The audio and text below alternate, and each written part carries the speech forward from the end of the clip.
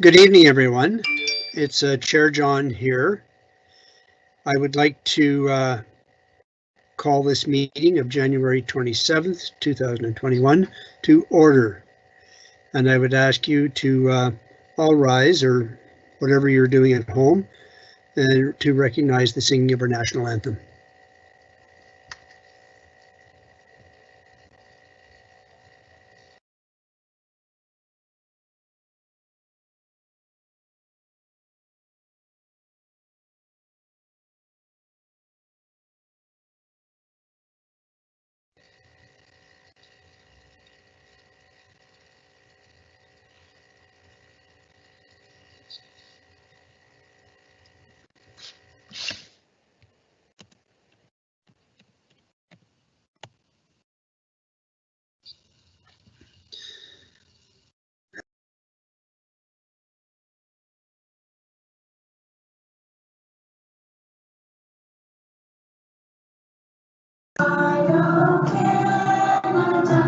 We stand on guard for thee,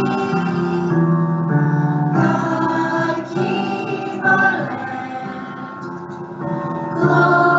glorious and free.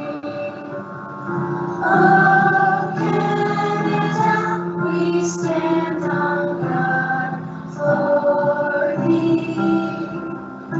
Oh, Canada, we stand on guard for thee.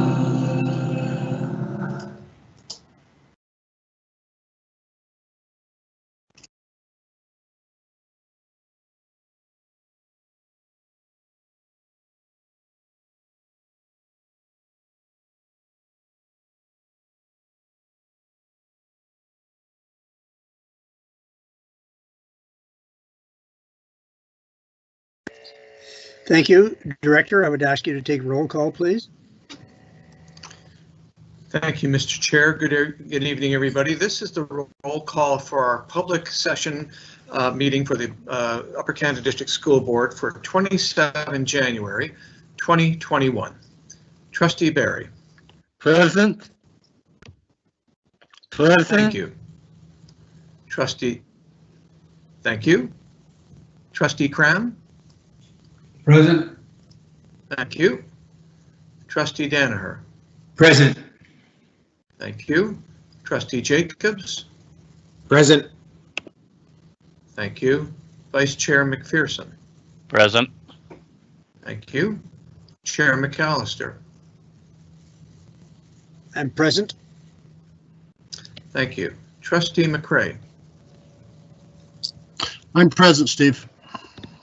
Thank you. Trustee McDonald. Present. Thank you. Trustee Parisian. Present. Thank you. Trustee Schooler. Present. Thank you. Trustee Swan. Present. Thank you. Trustee Evans.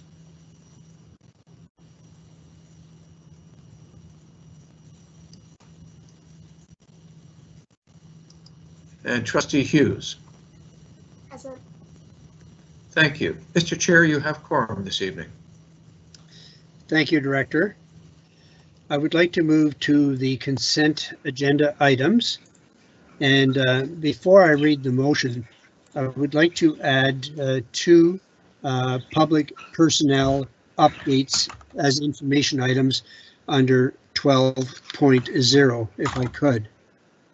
And with that amendment, I have a motion moved by Trustee Barry, seconded by Trustee Cram, that the Upper Canada District School Board approve consent agenda items 502 to 503, January 27, 2021, as submitted and amended. Would you please cast now?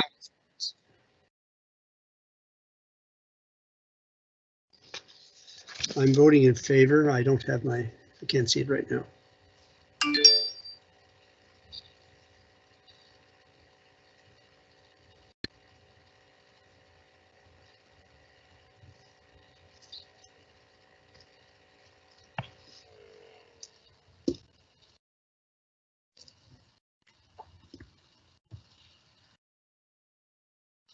Chair McAllister, that motion carries. Thank you very much, Lisa. Are there any conflict of interest declarations?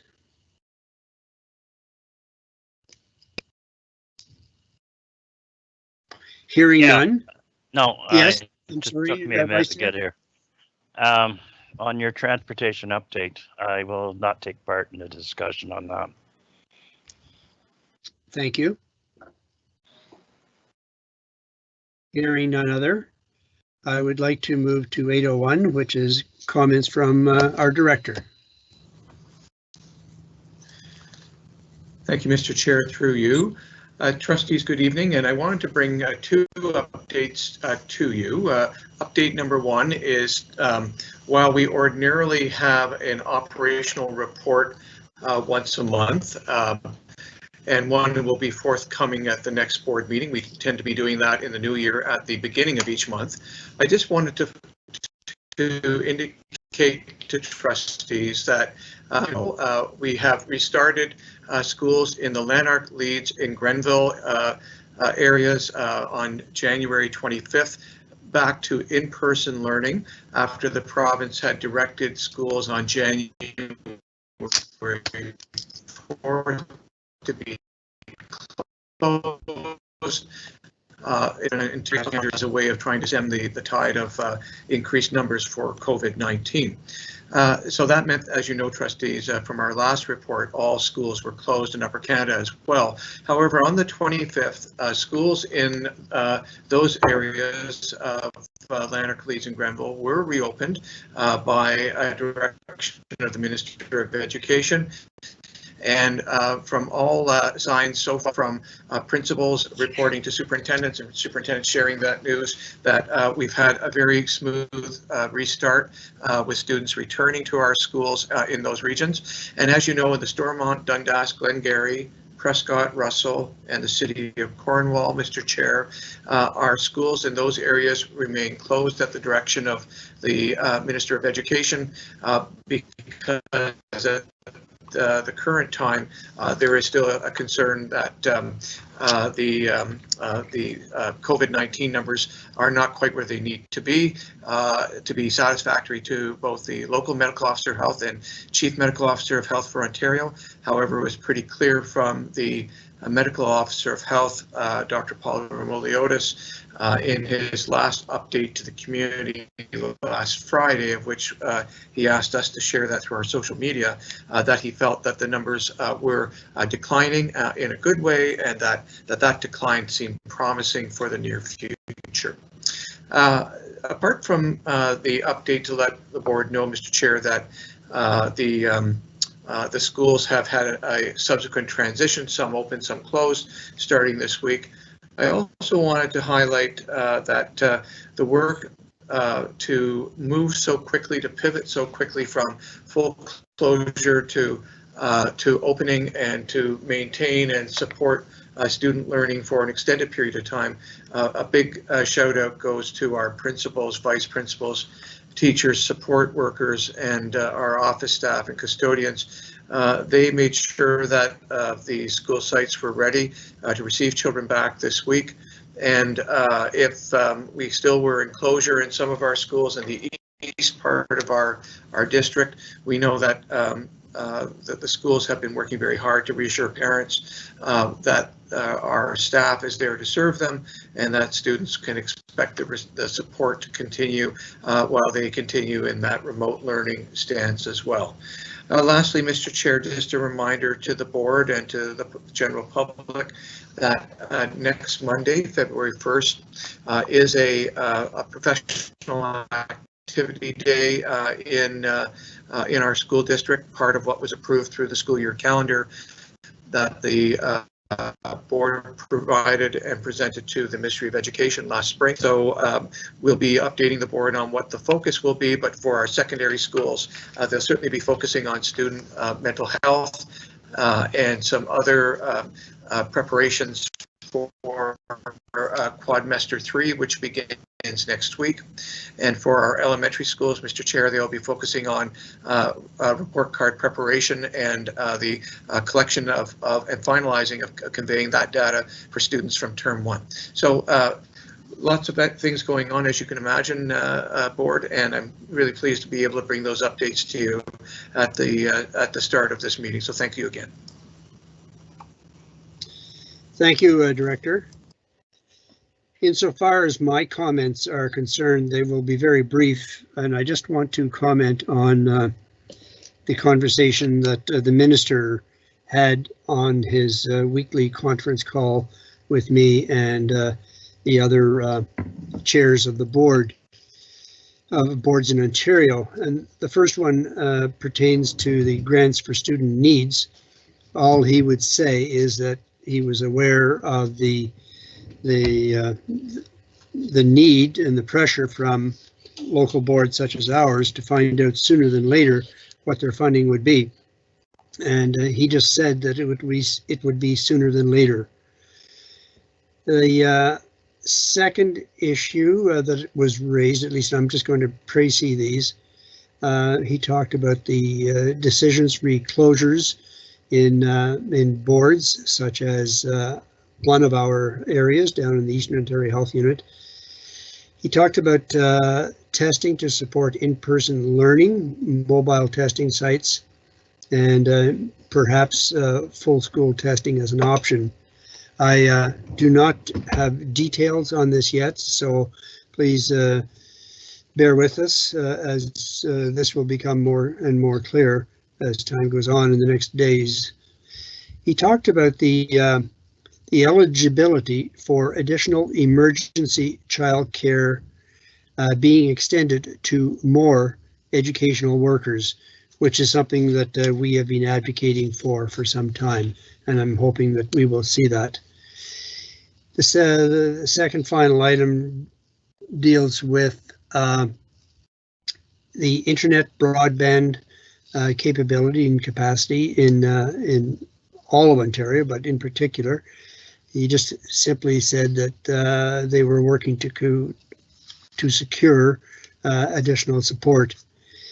He referred to the federal provincial grant program for which we have submitted a number of projects with a very, very tight time frame. He was not in a position to release the documents with regard to that, but it is coming.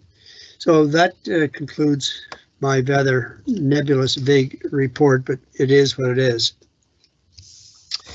So we are now going to move to item 1001, which is a report of the Accountability Framework Committee and the Multi-Year Board Strategic Plan 2021-2024. And I'm going to turn this over to Trustee David McDonald, please. Thank you, Mr. Chair. I'll just get the slide presentation up if that's possible.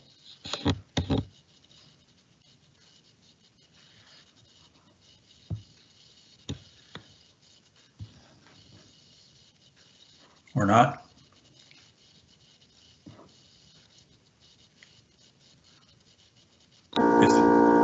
Trustee McDonald? Yep. Derek is getting the slide deck up momentarily. He's just working on it right now. Okay. So I'll just start off and to speak that we brought a report to the board in December, and we wanted to bring some information updates back in December. We went away and had some work to do, and obviously had a timeline that we presented to the board as well during that time. So I'm going to go to second slide.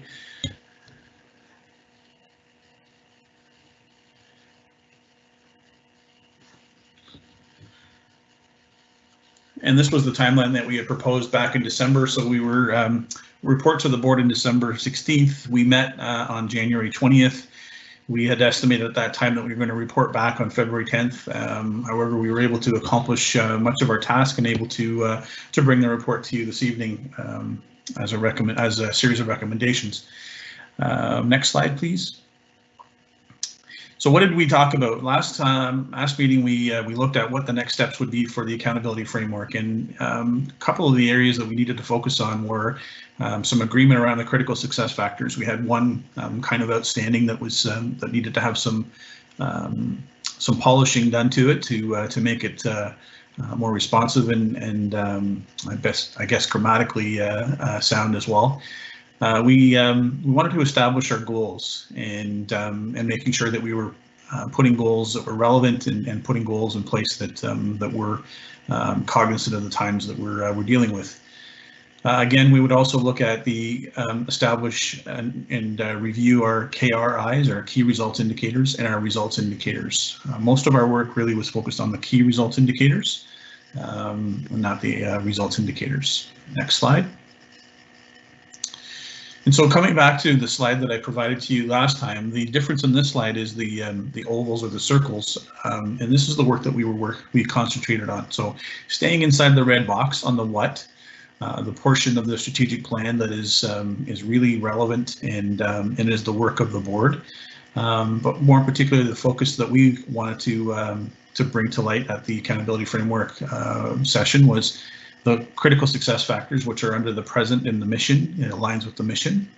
And then in the future, what goals do we want to accomplish, and what key results indicators that we have in place are we going to ensure that we have alignment with, or are they relevant still? Next slide. And so this slide was presented to you last time, and these are the critical success factors that we had in the middle. This is what we were working off of on the last strategic plan. And when we look at the collaboration, the resources, educational programs, and wellness, we reevaluated the critical success factors associated to it, and the emphasis really in here was around students, and the word resonated throughout our critical success factors. And so you'll see under collaboration that we're recommending that it be changed to be engaged and to engage others in shared work that benefits our students and schools. For resources, management of resources to maximize opportunities for our students. Under educational programs, innovative, responsive programs that address the learning needs of all students. And the one that was the outlier that we still had to address, and the reason why it's in the box that we fine-tuned was caring and supportive environments to foster individual wellness and a sense of belonging for students and staff. And so it was agreed upon at the accountability framework that this would be moving forward to the board as our new critical success factors, and providing the basis for what we would be moving forward on establishing our goals and reviewing our key results indicators. Next slide. So that covers the critical success factors, which is the main component of the strategic plan. The next work that we needed to do is to come back and focus on the board plan.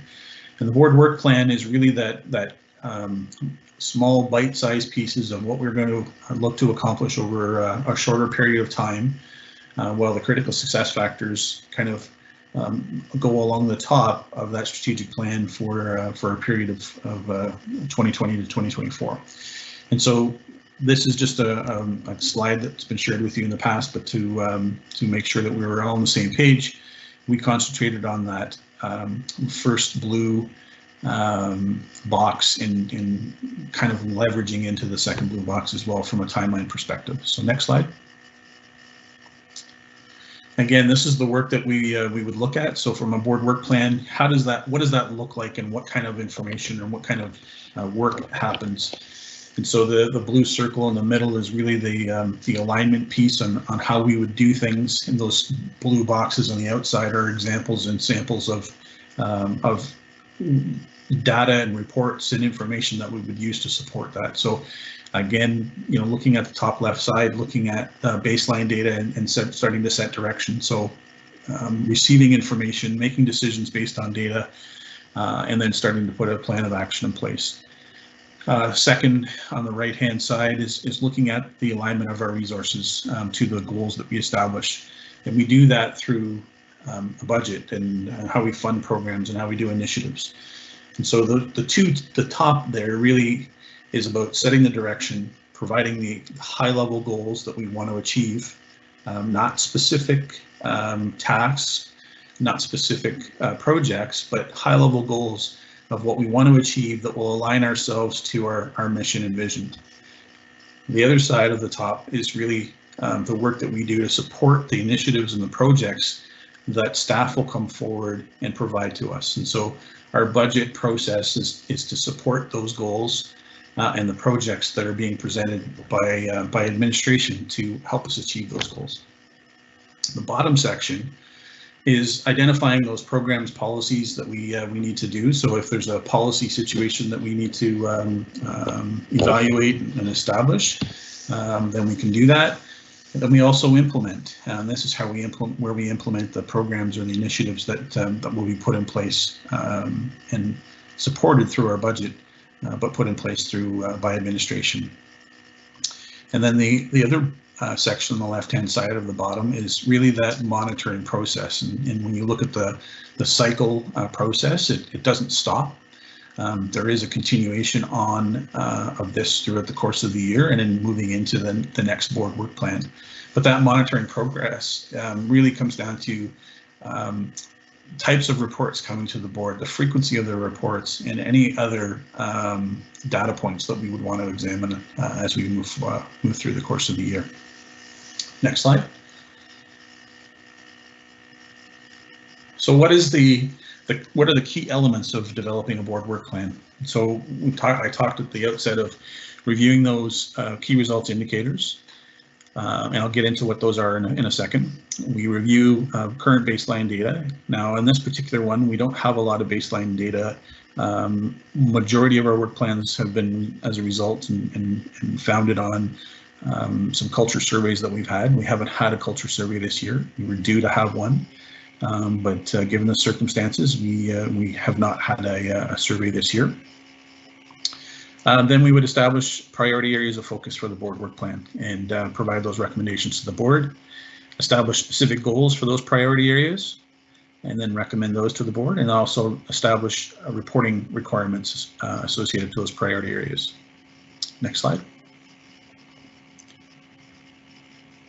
So these are the key results indicators, and this is based on the next level driven document that was published in March 2013, and we had some discussion around accountability framework that we're due to have next level driven 2.0, a new version of what that looks like and how it will help shape the direction of the board moving forward. But our key results indicators are listed here, and some of them that we've had quite a bit of action and quite a bit of work on, and some we haven't. And some we've kind of evolved beyond. And so I'll just go through quickly. Graduation rate, we see reports. We have lots of discussion around graduation rate, and that is something that is a requirement of the province they report out on, and we want to see how successful we're doing based on those numbers as well. The next one is Net Promoter Score. We haven't done a Net Promoter Score in a number of years. We have kind of embedded some of those questions within our culture surveys in the past. But essentially, Net Promoter Score in the past, when we've done them, was a series of telephone calls that were done by an outside agency to contact people in our community and ask some fundamental questions. But essentially, the basic question is, how likely are you to recommend the Upper Canada District School Board to your friends, family, or neighbors? And then it's also followed with, how likely are you to recommend your local school?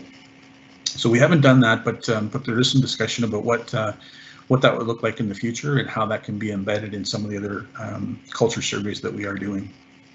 And so we'll have some work from an accountability framework over the next few months on what this looks like and how we move forward with the new evolution of Next Level Driven. One of the things that we've highlighted and haven't had many opportunities to get off the ground, but one of the things that we're trying to come back to, and some of the work that we'll be doing over the next couple of months, is the graduate study, and it's really the focus is to be around capturing those students that are due to graduate and surveying them, and also having a survey post-graduation with them. And so it's a voluntary basis, and trying to reach them after graduation to determine, were they prepared? Were they successful? Which is our mission for what the world has provided to them, and what they're leaping into after graduating high school. And so there'll be some work over the next few months to engage some third parties to be able to look at and kind of put a plan in place for what that would look like moving forward. The next two are really ones that we've emphasized and had a lot of discussion on in the past, and is really the foundation of our data when we are responding and providing goals back to the director and his team. So a school culture survey and a staff culture survey, and so we've got a lot of that information. We've had a couple of those go through those different iterations, and we've had some increased success on respondents. And then we're looking at what does the next culture survey look like, and what partners can we engage to be able to help us with that process. And so that's still on the table, but it's kind of an evolution of what it might look like moving forward. The next one is the progress reports, basically progress on school success plans. And so this is the one that's evolved quite a bit. So when this report was developed in 2013. School success plans were what was being presented to the board and updating the board on what was happening within the schools.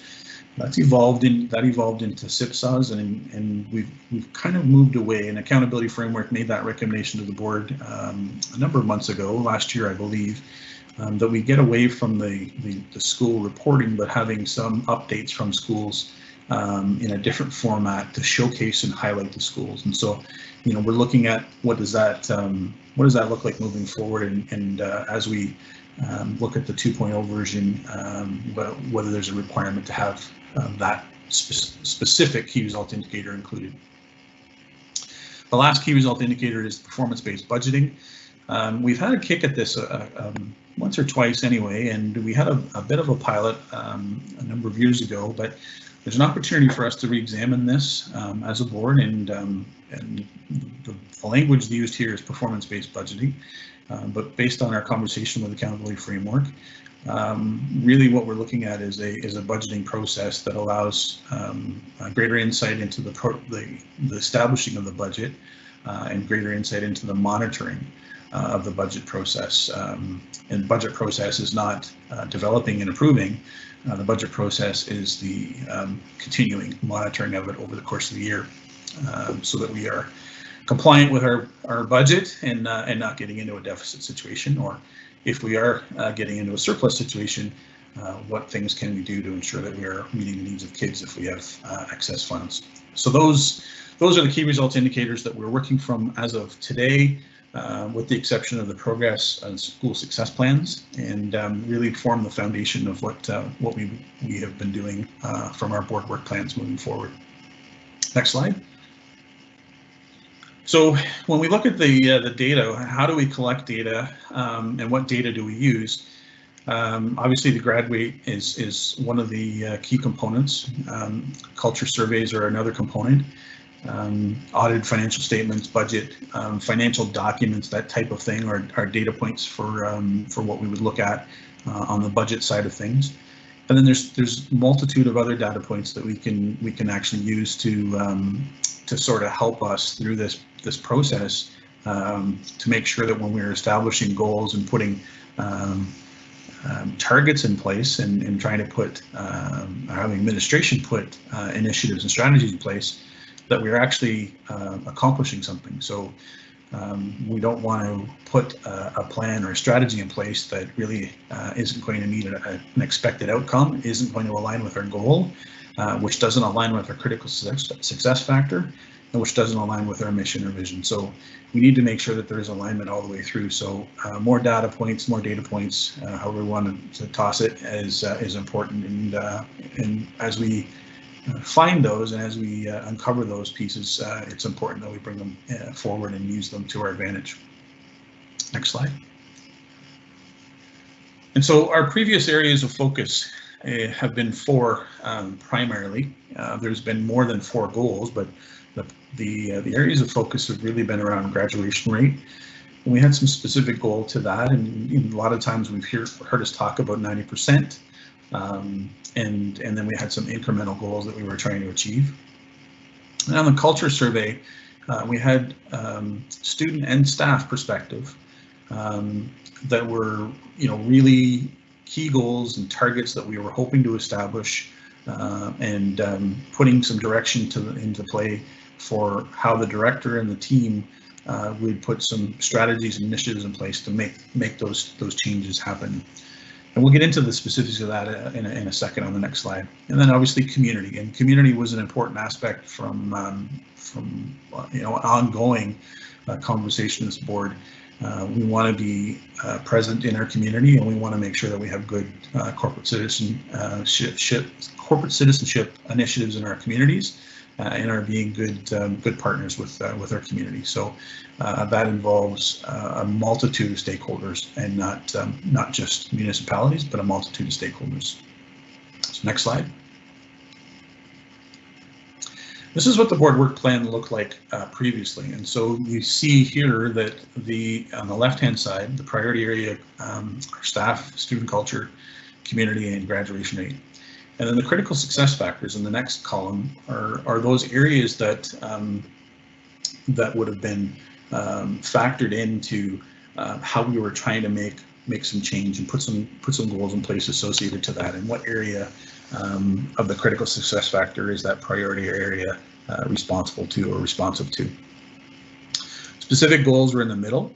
And you'll see here, just for example, in the top one, the increased graduation rate by a minimum of 2%. So we moved away from the 90%.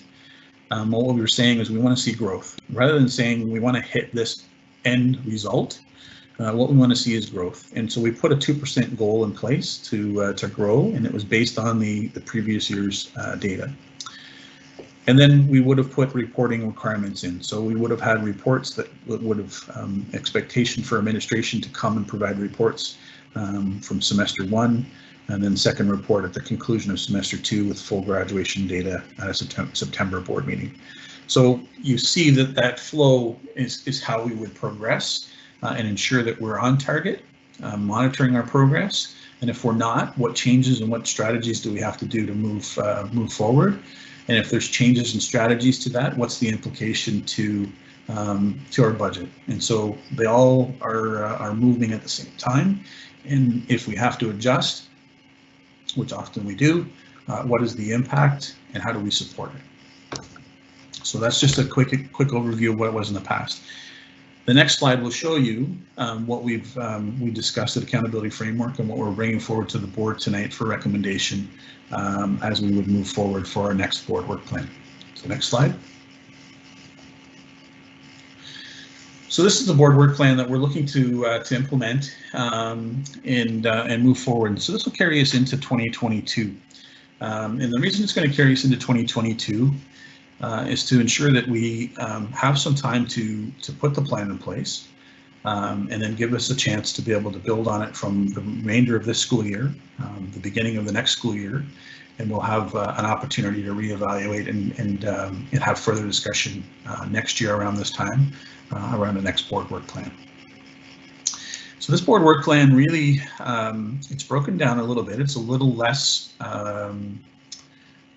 weighted as far as the priority areas and specific goals, but and the reason behind that is because given our circumstances with COVID, there was a lot of discussion around how do we ensure that we recognize and support students given the current climate with COVID, but also how do we support students and staff through the process of moving out of COVID and into something that potentially maybe by the next fall will be a return to normal. And so in doing that, what we wanted to focus on was making sure that we were a little bit less specific on some of the goals, and a little bit more focused on some monitoring process and making sure that we're looking at measures that are being put in place. So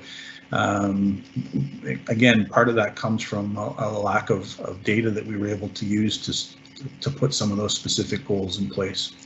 So I'll just go through them real quickly for you. And if we look at the priority areas on the left-hand side, we have graduation rate again, but we made sure that the language is now student success, and that's important for us to make sure that we acknowledge is that yes, graduation is important, but it is coming back to student success.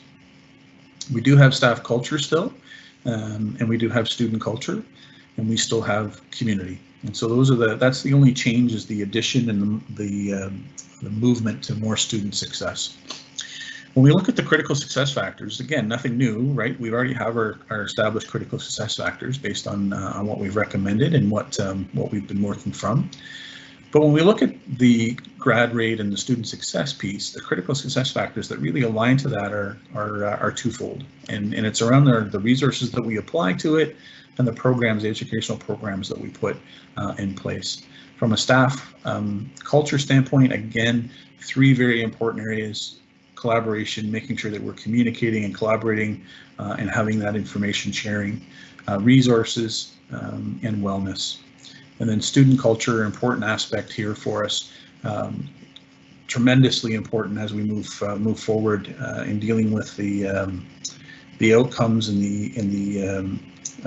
the difficulties that many are facing as a result of the stay-at-home orders, the remote learning aspect, and the various pieces that are at play for any individual to be dealing with these circumstances and these new times. So wellness is an important aspect that we need to make sure that we continue to focus on for students, and then community as well from a collaboration standpoint. So that's an important piece for us to make sure that we continue to have that moving forward. So we look at the specific goals associated to those. The specific goal for graduation, and what I'll do now is I'll continue to move forward across to the right and talk about the goal and talk about the reporting side of things. So for a grad rate, what we're looking at is still maintaining that we want to see growth, but what we want to do is we want to see a 1% growth this year. The expectation is that we would see an increase over previous year data, and that would be the end of 2019-2020 school year. And so monitoring reports, they'll come forward between the January and March of 2022 or sooner as data becomes available. We'll also have status updates and reports from semester 1 in March 2021, so coming up soon. And then semester 2, which will be the conclusion of our school year. And even though we're in quadmester, we would be lumping the 2 quadmesters together to give us the natural semester 1-2. We would be seeing those reports in October 2021, and then we would see some updates on our semester 1 term 1. So kind of a status update on where we are for next school year. From a staff culture standpoint, we're looking at a specific goal of implement measures to support staff to feel safe, healthy, and productive in their work during this period of the pandemic. And so, specific to the pandemic, specific to dealing with this, because it has been ongoing and we think it will be ongoing for some time. But it's important that we acknowledge that and put measures in place to do the things that we feel are important. The reporting requirements that we put in place are report findings from focus groups. So we're looking to have a focus group in our staff survey and provide those findings back to us in by October 2021, and then additional reports by March 2022. And so this is really just an opportunity for us to start to put some practices in place and staff to look at some things that we can do to support staff through the next few months and into next school year. Student culture, implement measures to support students to feel connected to their class, teacher, and school community during this period of the pandemic. So again, specific to the pandemic, specific to dealing with the results of what we're living through. Reporting requirements or reporting measures being introduced to support report measures being introduced to support and connect students to their local school community. by May 2021. So these are minimum reporting requirements. And as we see various reports that come to us, there's nothing that's precluding the board from saying, based on these outcomes, we want to see a further report. So this is the baseline, the minimum requirement that we're looking at, and certainly the board could decide to do more as we see and receive information. The final one that we're recommending to the board is around community. And we're looking to increase the contact with community stakeholders beyond our policy requirements. And so we've kind of fine-tuned this one a little bit. And we do have a policy requirement that says we have to have one meeting with municipal stakeholders and other stakeholders as it relates to planning, that type of thing. But what we're looking to do is increase contact, and what we want to achieve is as you know, increasing contact is not indicative of sending a letter. It's meaningful relationship building and having robust discussions about mutual interests and partnerships that potentially could support our students and should support our students that we are in charge of. So the reporting requirements were a report on the progress related to meetings and collaborations advanced through this work plan, with an initial report in October 2021, and then each quarter thereafter. So it would provide us an opportunity to see the work that's being done and conducted from an administrative standpoint to establish that community relation piece that we're looking to have. So that is my report, Mr. Chair, to the board, and I'm happy to answer questions, but I'm also happy to make sure that we have an opportunity to move the recommendations as it relates to their critical success factors and also our board work plan. Thank you very much, Trustee McDonald. I cannot overemphasize how important this topic is, because it may seem like just words, but it is not. And we don't call them critical success factors for nothing, because they are critical to our operation. And the specific goals, I think, are really important. And that is the direction that we will be providing to our director, and he will be providing to his senior staff, and the senior staff to their principals, and principals to our educators in the school. And if that is the tone that we are setting. So we have a number of motions on the floor. Trustee McDonald, do you want me to move the motions first, or do you want conversation and questions first? I'll let you. I'm easy either way, Chair. I'm happy to move them if you want to move that direction first and then have discussion, or you want to have discussion and then move to the motions. I'm completely okay with either way. Well, let's have the motion first, please. And I'm just trying to find it here. And I believe the first motion is that the Upper Canada District School Board approve the proposed multi-year strategic plan for 2021-2024 as presented January 27, 2021. I'm looking for a mover, please, and a seconder. I'll move it, John. It's John Danaher. Thank you, John. Yeah, and I'll second it. And Trustee McDonald? Yes. All right, the floor is open for discussion on this motion and inherently the report that Trustee McDonald just presented. So the floor is open for discussion.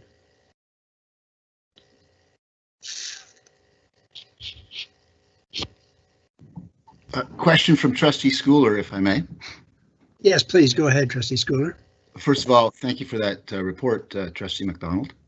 Am I to understand then that we will receive in October some of the specific measures, and I'm thinking in particular about wellness, staff wellness, student wellness. Will we receive specifics about the measures that are being implemented in October? Did I get that correct?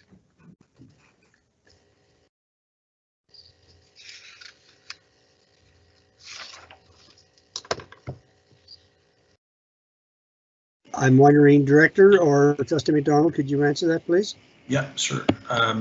So on the wellness side of things, yes. So we would have initial reports for staff in October 2021. And then on students, we would have some initial reports in May of 2021.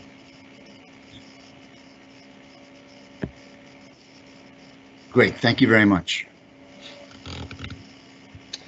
Are there further questions?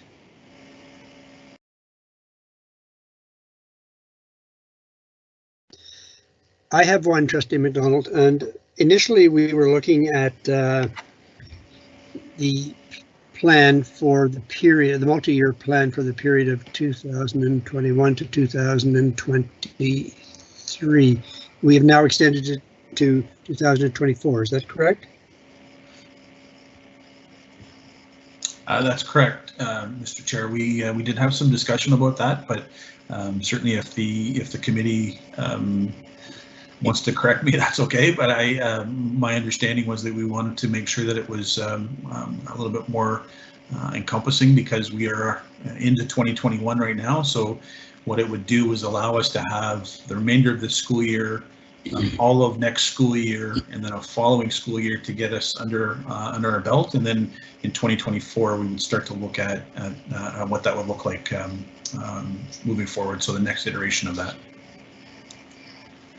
Thank you. Trustees, do you have any questions that you would like to ask of this report?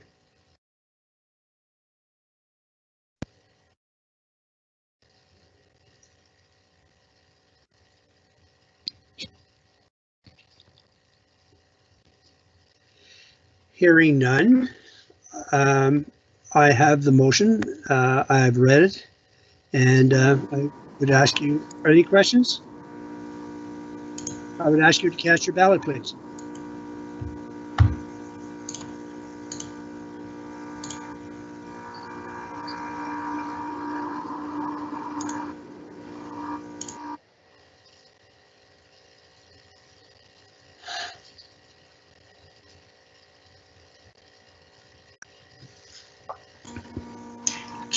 Chair McAllister, that motion carries.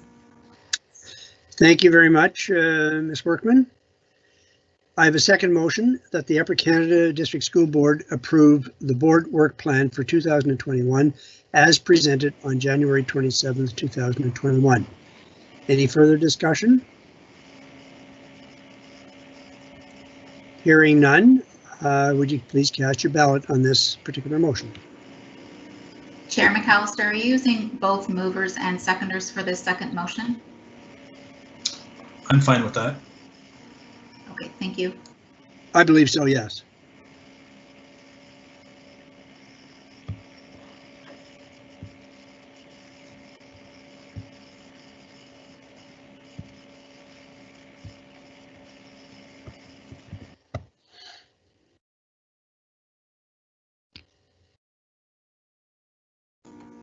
Chair McAllister, that motion carries. Thank you very much, Ms. Merkin. I would like to thank Trustee McDonald for his leadership and his passion and his commitment to our path forward. As I said before, these are not mere words, they are very important words, and it provides our staff and our schools a direction forward. So, Trustee McDonald, thank you very much for your work on this file and your leadership on the Accountability Framework Committee. Thank you, Mr. Chair. I am now going to move to article or item 1002, which is a report of the Policy Committee, and I will turn this over to Trustee Cram.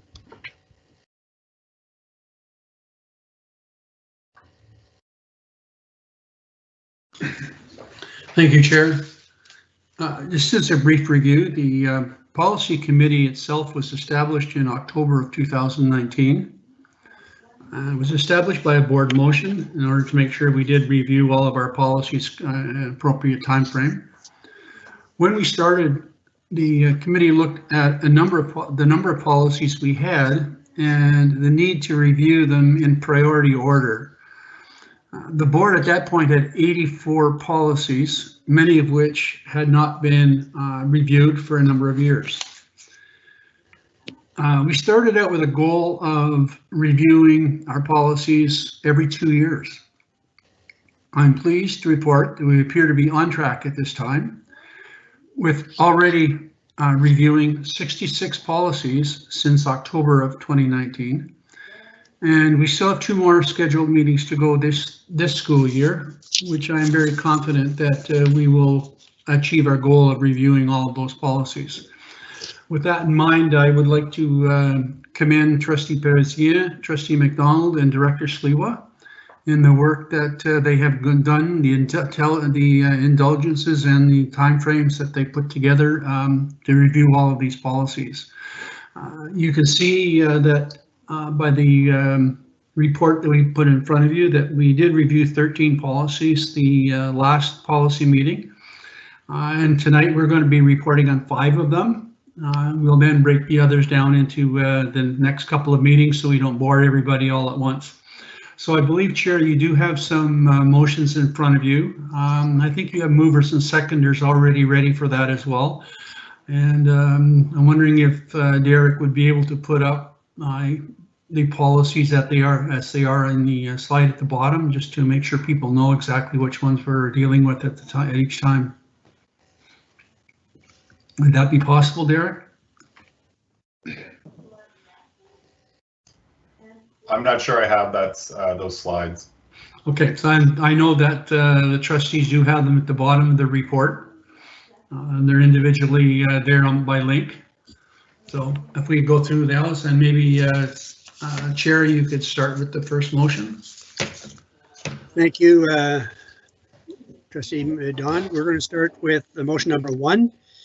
It's moved by David McDonald, seconded by Karina Peresien, that the Upper Canada District School Board approve policy 305, employee indemnification, as revised January 27, 2021. Trustee McDonald. Thank you, Mr. Chair, and thank you, Chair Cram of the Policy Committee. I want to just, I guess we go through this one here. It's employee indemnification, and when we look at the policy, the revision that we're looking at, it's really just 2 sub sentences here, paragraphs, I guess, that we were asking to be removed as it relates to individuals that might seek their own legal counsel. We are basically removing that wording indicating that individual appoints his or her own legal counsel, then that we would not be responsible for payment or indemnification or any legal fees. So that's being removed. There are other means in place, mechanisms in place, and we did seek advice on this particular one, and we're moving this forward to the board tonight to clean this up and be more relevant, Mr. Chair.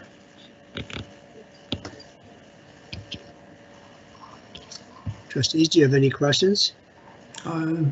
Just one, Chair, just a comment. Thank you. I'm assuming it's Director Sliwa that has found the policies in order to be putting to share his screen. So I just wanted to thank him for doing that. Thank you. Hearing no discussion, I would ask you to cast your ballot on that particular motion. I am voting in favor.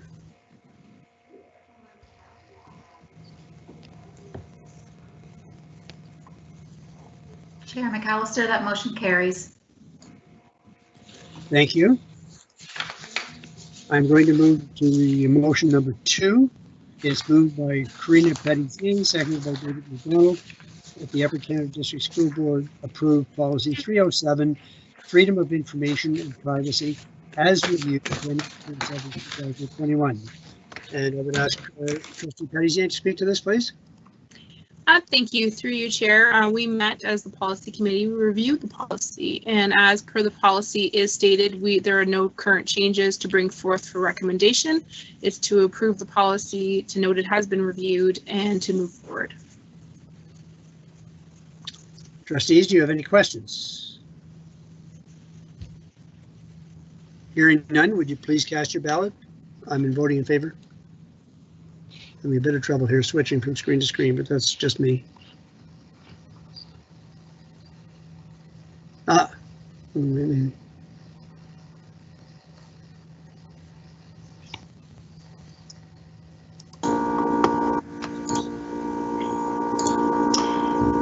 McAllister, we might be having some technical difficulties. I'm not seeing the votes coming in. Is there anyone opposed to that motion? Hearing none, I'm going to assume that motion passes. We are going to move to motion number 3. It's moved by David McDonald, seconded by Karina Patissier, that the Upper Canada District School Board approve policy 308, records management as reviewed January 27th, 2021. Trustee McDonald. Thank you, Mr. Chair. So this policy as well is just something that's moving forward to indicate that we reviewed. However, we are not recommending any changes to this policy at this time. Are there any questions? Hearing none, would you cast your ballot? Ms. Workman, do you want me to take a verbal or oral vote? Chair McAllister, the votes are coming in at this time, and that motion does carry. Thank you. Thank you. Motion number 4, it's moved by Karina Patissier, seconded by Don Cram, that the Upper Canada District School Board approve policy 325, cash management, as reviewed January 27, 2021. I would ask Trustee Patissier to speak to this motion, please. Thank you. Chair, again, this is a policy that we reviewed and there was no changes to bring forth recommendations. So we're asking trustees to approve the policy as it remains. Any questions? Hearing none, would you please cast your ballots?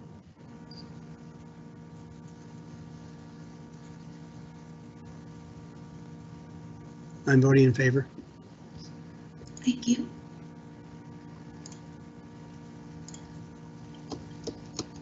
Chair McAllister, that motion carries. Thank you. Motion number 5, it's moved by Don Cram, seconded by Karina Patissier. The Upper Canada District School Board approved policy 413, school closures as revised January 27, 2021. And Trustee Cram, you were going to speak to this motion.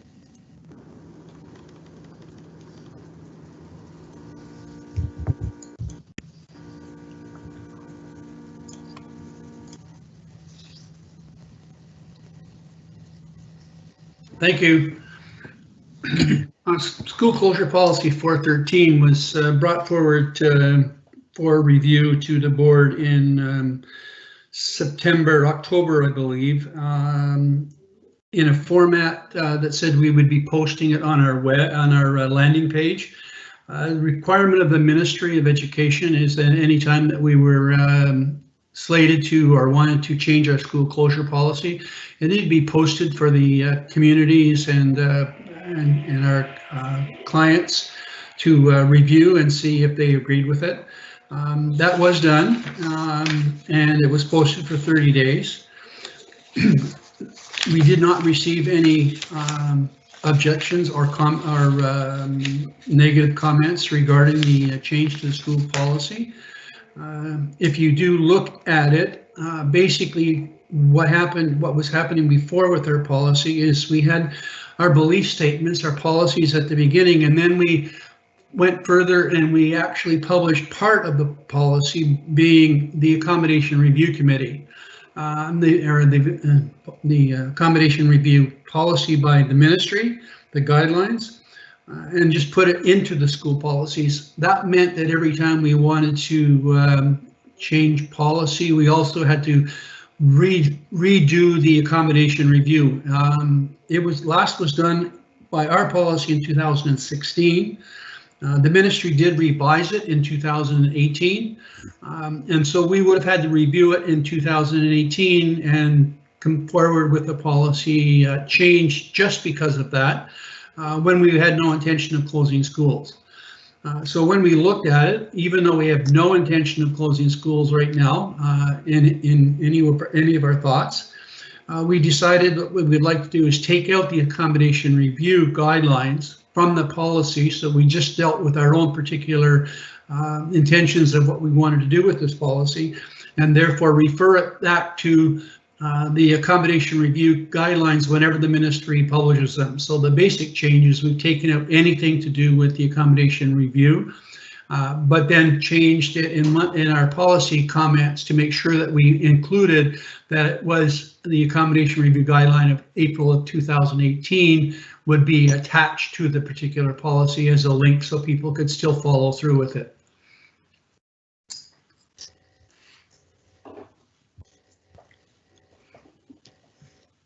I'd be pleased to answer any questions if people had them. Thank you, Trustee Cram. Are there any questions? I have a question, Mr. Chair. John Yes, McCrae. by all means, Trustee McCrae. Thank you. I see several things that I think may be inconsistent with what the ministry's wording is. One is I see that one parent for elementary schools, and in reading the provincial guidelines, I see at no point where they always pluralize representatives. And to me, from practical experience with our most recent ARC process, sometimes parents can feel a little intimidated by the process. And I see no reason why there wouldn't be more than one parent representing a school of perhaps up to 200 students. And the second point that I think also is somewhat inconsistent is that they talk many times about the benefit of municipal involvement. And I see that the Chamber of Commerce and Business Improvement Associations were mentioned in specific wording. From my perspective, I would make sure that municipalities were put at a higher level than either of those two groups. That's my opinion, but there you are, Mr. Chair. Trustee Cram, would you care to respond to that? Well, assuming sure, Chair, assuming there's a question somewhere in there, I would assume that, or I would say that those particular representatives would be counted in the accommodation review guidelines, that they're allowed to be put in there, that they should be put in there, and that it will allow the board to appoint whatever ones they wanted in the accommodation review ARC process going through as a guideline, but our policy would follow the I think it's 5 particular objectives that we had for school closure, and then leave that with how it's done to senior admin coming back and reporting to the board what they believe that we should be doing in the accommodation process itself. And then the board would have an opportunity to look at how we wanted to do that internally.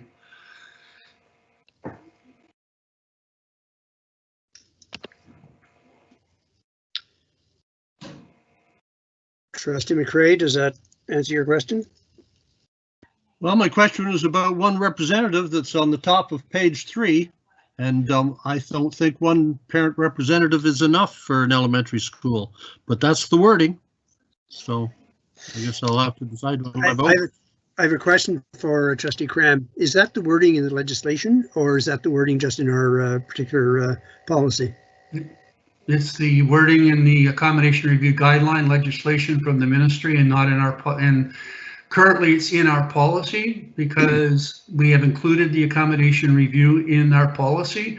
What we're asking is to take it out of the policy so we have our objectives and what we believe should be happening, how we would like to approach what the accommodation review does. But the wording that Trustee McCrae is referring to is actually in the accommodation review guideline itself, which would be handled in the April 2018 guideline that the ministry put out. So my question is, on behalf of perhaps Trustee McCrae, is there a reason why we couldn't add the S? That would be part of, because we are recommending taking that part out of the policy itself, that that would be the ministry, I would think, that would be doing that. And if David or Karina or Trustee Sliwa has anything that they can put in here, that would be fine. Would anyone have anything to add to this conversation? Director? Thank you, Mr. Chair, through you. So to confirm what I believe I heard, Trustee McCray, in making reference to multiple parents, that does align with where the ministry's accommodation review guideline provides reference to membership, where they say at a minimum, parent guardian representatives, and that's plural, from each of the schools under review, chosen by the respective school community. So in the proposed policy before the board this evening, that would be satisfied by the fact that you have in this reference at least 2 parents as part of an ARC, and for students in grades 7 to 12 schools, 4 parents as part of an ARC. The experience that we had in 16-17, Mr. Chair, was to try to have a workable number of parents who were part of the core committee, and then there were ancillary members of the committee that were in attendance and did support the dialogue. So I think at face value, the board is meeting the notion of plural by having a minimum of 2 parents. And again, if we go back to where we were in 16-17, we have evidence that the accommodation review committees had multiple parent representatives around the table, and that was, as you might recall, we weren't looking at just one school, but a series of schools, and I believe that you would be satisfying both the spirit and the letter of the ministry guideline in that regard. Just further comment as well is that the ministry guideline does not have any requirement for a community representative, and what we also saw in the 16-17 process is that community representatives are also at times parents, and so I think, to Trustee McCray's point, the board would be also further satisfying that outcome when the community representative happens to be a parent connected with the school. Now, again, the preferable statement there, Chamber of Commerce or BIA, well, that may not necessarily exist in the community that is the focus for the accommodation review. So again, I think the board is highlighting some desirable characteristics where they exist, and has gone above and beyond the requirement of the accommodation review guidelines by the ministry. Mr. Chair, I'll turn that back over to you. Thank you, Director. Are there further questions? Yeah, I've got a question. Go ahead, Vice Chair. Thank you. So, point of clarification, the policy as presented allows for 1 sitting member and 1 alternate per elementary school, and at the secondary level, it is 2 sitting members and 2 alternates. So that is intended to satisfy the ministry requirement for multiple representatives from the elementary school. Am I correct in making that assumption?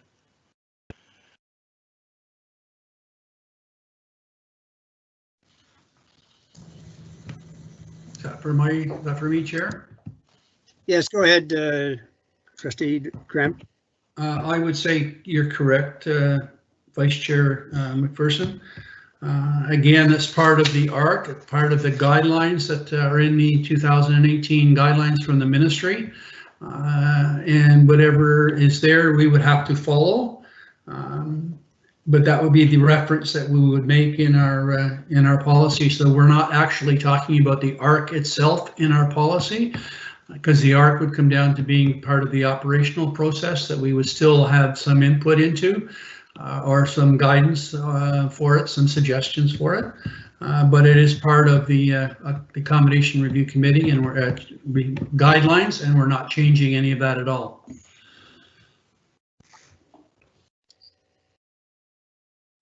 Any further questions? Yes, I do. Go ahead, Trustee Swan. Okay, just let me flip back screens again, please. Okay. In regards to the final decision of trustees on the last page, I think it is, the final decision regarding the future of a school or a group of schools rests solely with the Board of Trustees. So is that saying that it cannot be, it's okay, it rests with us. So that means we can revisit these decisions, does it? I mean, it's been 4 years. I'm looking at our current situation. It's been 4 years since we've had the ARC. It was 2017. And a lot of things have changed. Numbers in some areas have allegedly changed. I don't have any updated numbers. I've just recently been advised of that when I've been reading the North Stormont information. And I'm just wondering, should we say there that add in a thing that it doesn't preclude us from revisiting this if a lengthy period of time occurs or something like this? Because we're looking at 6 years from when we visited these situations, and if we're going into an overcrowding, I don't know if it's true or not with the North Stormont case, but I mean, should we not be revisiting this, and should we not have this in our policy since we're updating it now and amending it, that in cases, I'd like this to be brought back and just have a bit more discussion on that part of the issue, or my issue anyway. Mr. Chair, if I may. Go ahead, Trustee McDonald. Thank you, Mr. Chair. I think what we want to be careful of is that this policy is around school closures, and it's providing the direction on how that process would look about carrying out a school closure. Our policy mirrors and provides the information, and our procedure now will be mirroring what the document from the ministry is. So, you know, we are following the document, the ministry document. We're providing direction as to how the policy will be working around school closures. As far as this process about revisiting, we have other mechanisms in place, but that doesn't pertain to this particular policy because this is about addressing an actual school closure as opposed to revisiting a decision. So this is the process of how we go about dealing with accommodation reviews.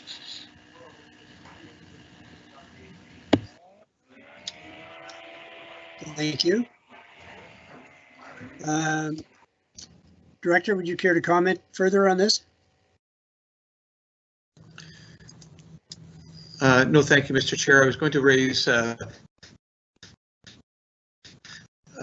similar points to what Trustee McDonald raised, and their distinction has been presented to the board, so thank you very much.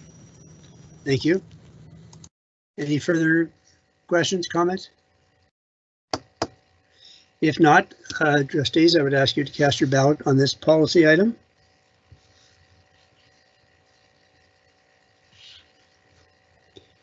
I'm in favor.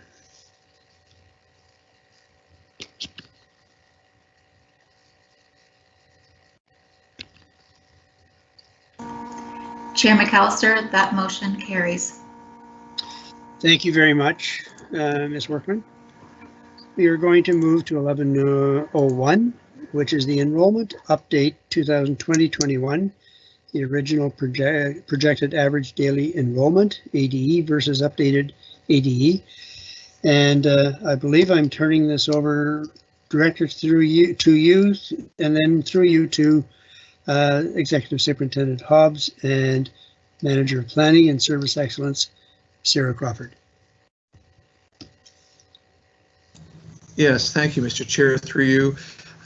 We thought it would be important this evening to build a dialogue for the board on two levels. One is about snapshot regarding our current enrollments. As you know, Mr. Chair, the board is interested about this at several levels. The first level is because the student enrollment that we have does become a strong and essential basis for the generation of grant for the board to operate and to have the budget it requires to enable all the things it wishes for its schools and students. Secondly, Mr. Chair, as staff have been keeping you up to date about this in the fall,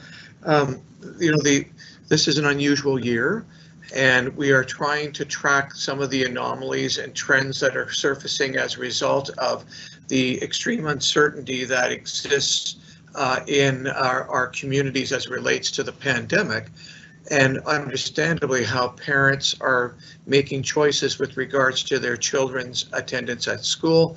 And if they're attending at school, we've been reporting up to this point about in what manner are they attending in terms of in-person learning on premises at our local schools, synchronously, asynchronously, those types of variations. In this case, we wanted to confirm how our enrollments compare to our projections, and as well, members of the board, Mr. Chair, will recall that there was stabilization funding provided to our board, and in fact all boards in Ontario, because of the anomaly of the pandemic and the wide variances in how families are deciding how to engage education for their children this year.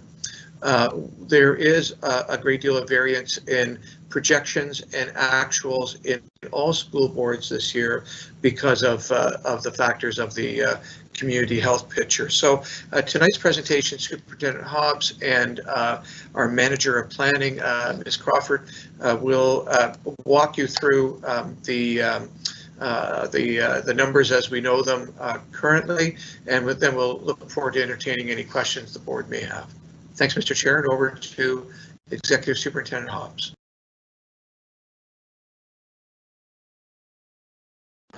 Thank you, Director, and thank you, Mr. Chair. So it's my pleasure to bring forth this enrollment update on the 2021 enrollments that we're experiencing. Thanks in large part to the work of Sarah Crawford and Suzanne Flero and the Planning Department, who are always on top of monitoring the current status of our enrollments. So tonight we'd like to walk you through a few key sections. The first will be just a brief introduction, sort of give you the high-level view of where we stand, as you've very, very closely reflective of what you've seen in some of my previous presentations regarding board finances. We'd like to actually do a bit deeper dive by unpacking the data, so looking at elementary enrollment data, secondary day school enrollment data, and then alternative education and over 21 enrollment data, and then a little bit of a flavor for what we see on the horizon in terms of some next steps. So moving on to the next slide then, please. Introduction, and again, next slide.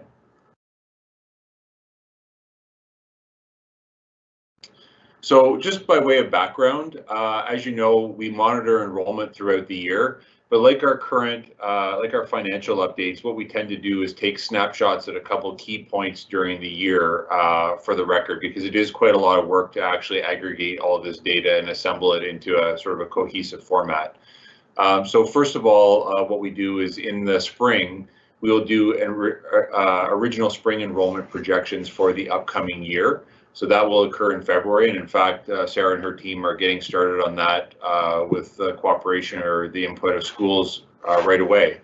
And that data that we collect in terms of our projection for the upcoming school year feeds into our staffing processes and feeds into our, as a result, our budget process for the coming year. And then once we get into the actual year, we actually do updated enrollment projections to actually validate how many students actually showed up. So those are snapshots are taken on October 31st and again on March 31st of the school year. And that has the effect of informing, again, both our operations, our staffing, and also our continual monitoring of our updated funding and expense status through finance. What you will see is that enrollment is often reported as average daily enrollment, as the chair alluded to, but basically what that means is that we take an average of that snapshot on October 31st and how the students that are with us on March 31st in terms of their full-time equivalent status, and take an average of it. So that's what ADE means. And it's distinct from the term headcount, which is just the number of actual individual students that have shown up, irrespective of what their full-time or part-time status is with the board. So tonight what you'll see is a bit of a mix, and that's just a function of, I think, where we stand in the year and the data that we have available. So a few key observations that you're going to see fleshed out, hopefully, in tonight's presentation. So overall, the Upper Canada District School Board is reporting a decrease of over 500 ADE compared to original projections across all panels. And while that may give you some heartburn, given that you've seen numbers like 400 or over 400 in previous presentations, in those presentations, we didn't actually include the over 21 numbers. So, you know, this is really not a huge material change from the results that we've seen early in the year. The unexpected loss of enrollment that has been caused by the impact of COVID-19 is consistent with the experience of other boards in Ontario. And so largely this is anecdotal.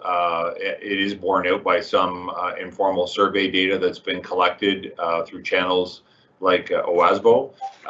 But you know, what we are seeing is that both the magnitude and where those actual enrollment variances have occurred has been largely consistent with the experience of other boards. As you know, and as the director indicated, that enrollments are in large part significant drivers of our funding, and therefore no surprise that lower than expected enrollments are going to have a negative impact on our funding, which we unpacked back in October of 2020 in one of the financial updates. But as we also indicated in our financial update in the December timeframe, those funding impacts of our lower than expected enrollments have been mitigated by stabilization funding received from the Ministry of Education, and we'll touch base on that in my other presentation this evening on our financial forecast number 1. And then finally, in terms of key observations, number 4 is that what we're seeing is that in normal years, there's an amount of uncertainty. That's just the nature of trying to make a projection. It's an educated guess based upon the best available information and the experience that we can bring to bear. You know, and usually in a given school year, the uncertainties tend to fall within a more easily forecastable range, if you will. And I think that the COVID-19 situation this year has made that forecasting more difficult because the fluctuations appear for reasons and in magnitudes that are just more difficult to predict owing to the fluctuating environment, which I'm sure you can appreciate. So then moving on to the next slide, please.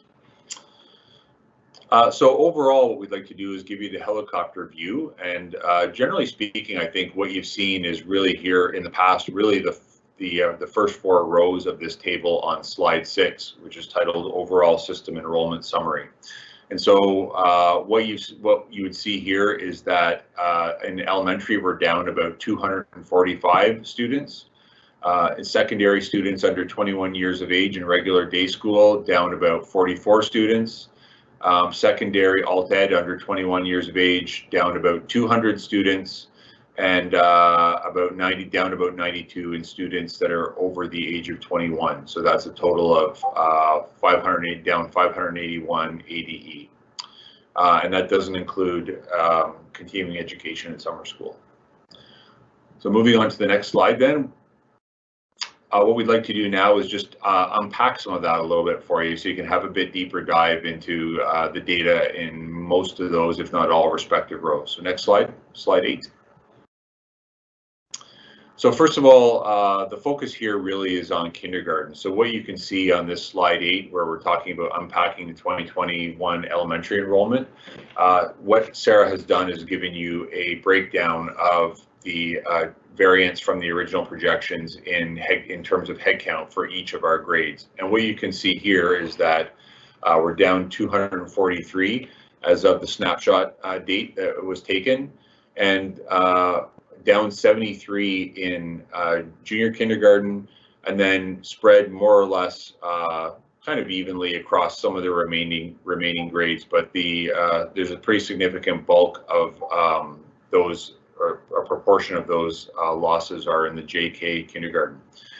So that's really consistent with the boards that we've talked to across Ontario. And just why, really what we're talking about here is to some extent some conjecture. It's based on some intelligence, anecdotal intelligence that our team has been able to gather by talking to principals and talking directly to students in some cases. So, JK and SK are not mandatory, and therefore what we're seeing is that parents may have just decided to delay the start of school given the uncertainty that we were experiencing.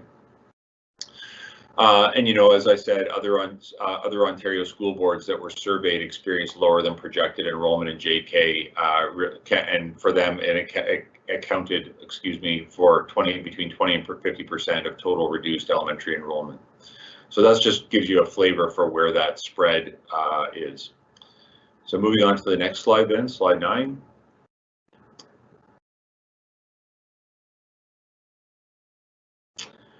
So a little bit about homeschooling. So one of the things that we're seeing is that elementary students have been leaving for homeschooling, and there is a notification process for parents to notify us that they're pulling their kids out for homeschooling. And this is not necessarily an unheard of phenomenon. And so Sarah has actually provided for us multiple years of data to give you a flavor for how many students would we typically in a year, lose as a result of homeschooling. And what you see for the previous number of years in the chart here on slide 9 is that for the previous 5 years, that represents around 87, 90 students per year that we lose to homeschooling. And what you see happening here is that in this year, in all elementary, the initial reaction was that we were losing down about 295 students as a result of homeschooling compared to the original projections. So, that's actually a pretty big shift. And again, what we're trying to do here is offer some hypothesis as to why that choice was so much higher this year than it would be in normal years, which would be an extra 200 students that have pulled out over what we would normally expect. And the obvious culprit here really in our minds is COVID-19 and trying to feel homeschooling as opposed to participating in the synchronous learning model or asynchronous learning models available to them was more desirable. So again, just really a little bit of a theorizing on the rationale for why people are making those choices. But again, noting that the choices almost tripled this year what it would be in a quote unquote typical year. Moving on to slide 10 then, please. So the second thing we'd like to do is just actually having given you a bit of a tour of elementary enrollments, we'd like to move on to secondary, focusing on regular day school. So slide 11, please.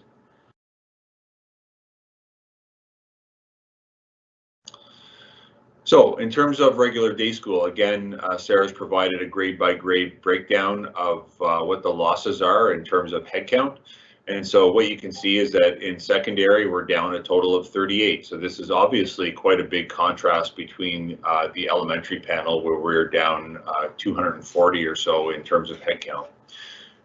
So the net drop of 38 students, I think what's interesting here is that the vast majority of those are in grade 12.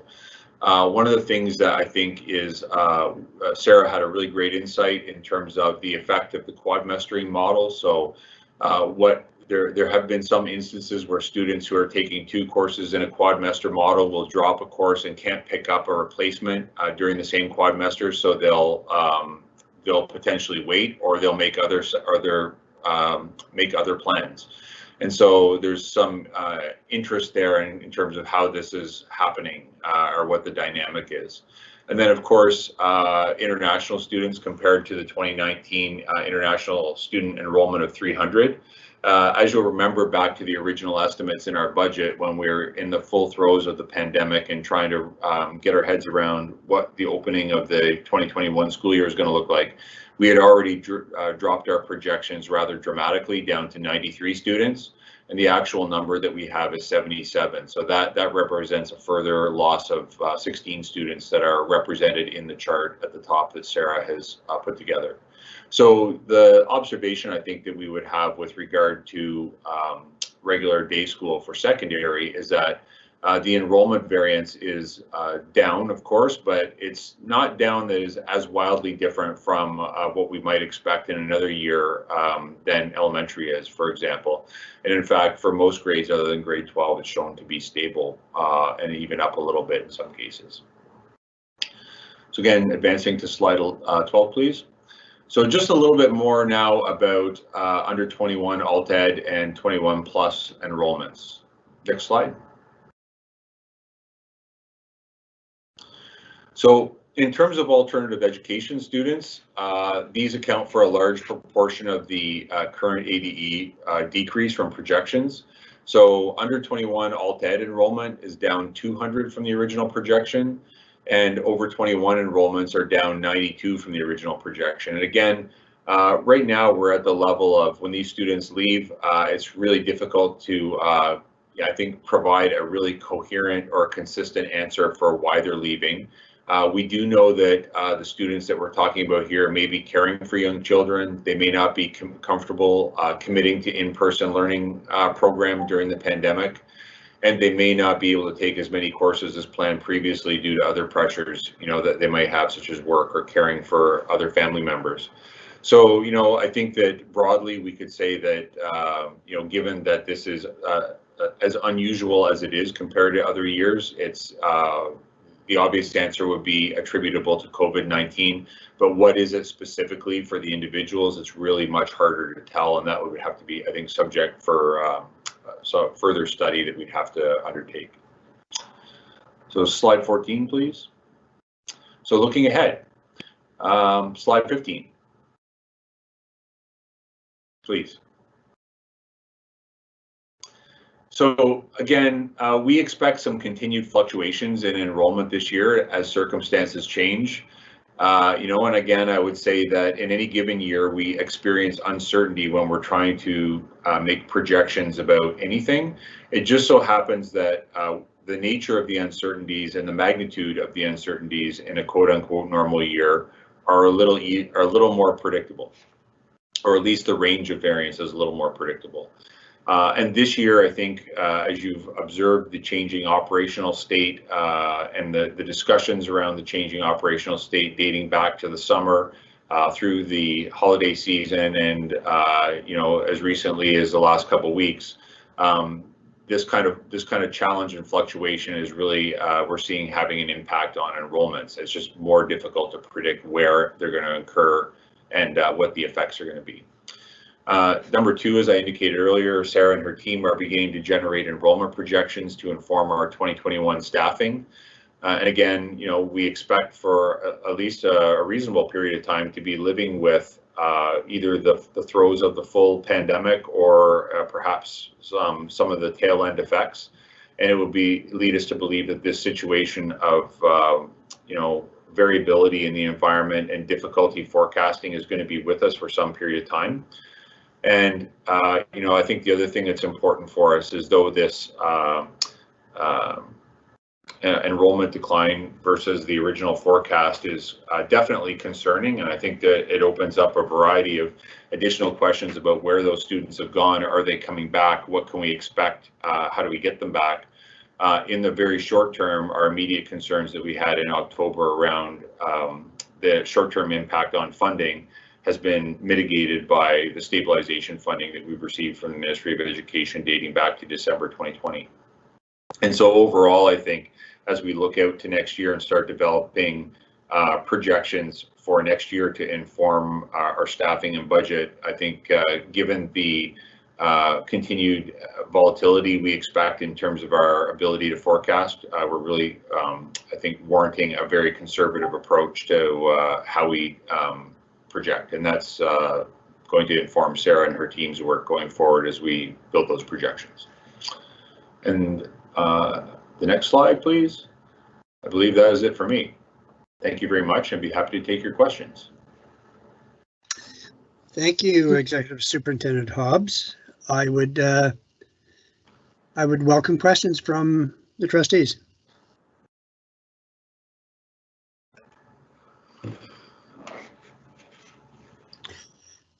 I have a question, Superintendent Hobbs.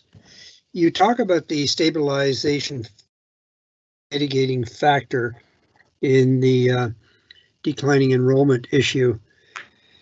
Could you comment further on that stabilizing funding and how much is it, and what's the impact? Is it an equalizing factor or what?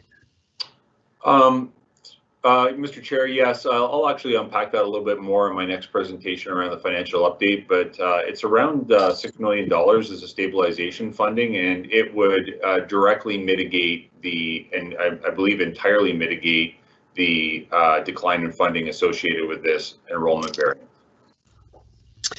Thank you. I just want to point out, trustees, that in our conversations with the minister, which will occur weekly every Monday, this is an area that we have been advocating for some time, and I was very pleased to hear that the minister about a month ago acceded to those concerns and requests.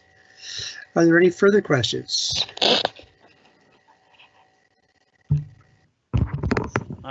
Vice Chair, you have a question, I believe? Yep, can go ahead. Yeah, go ahead, please. Okay, thank you. We have two very distinct areas where we have lost enrollment.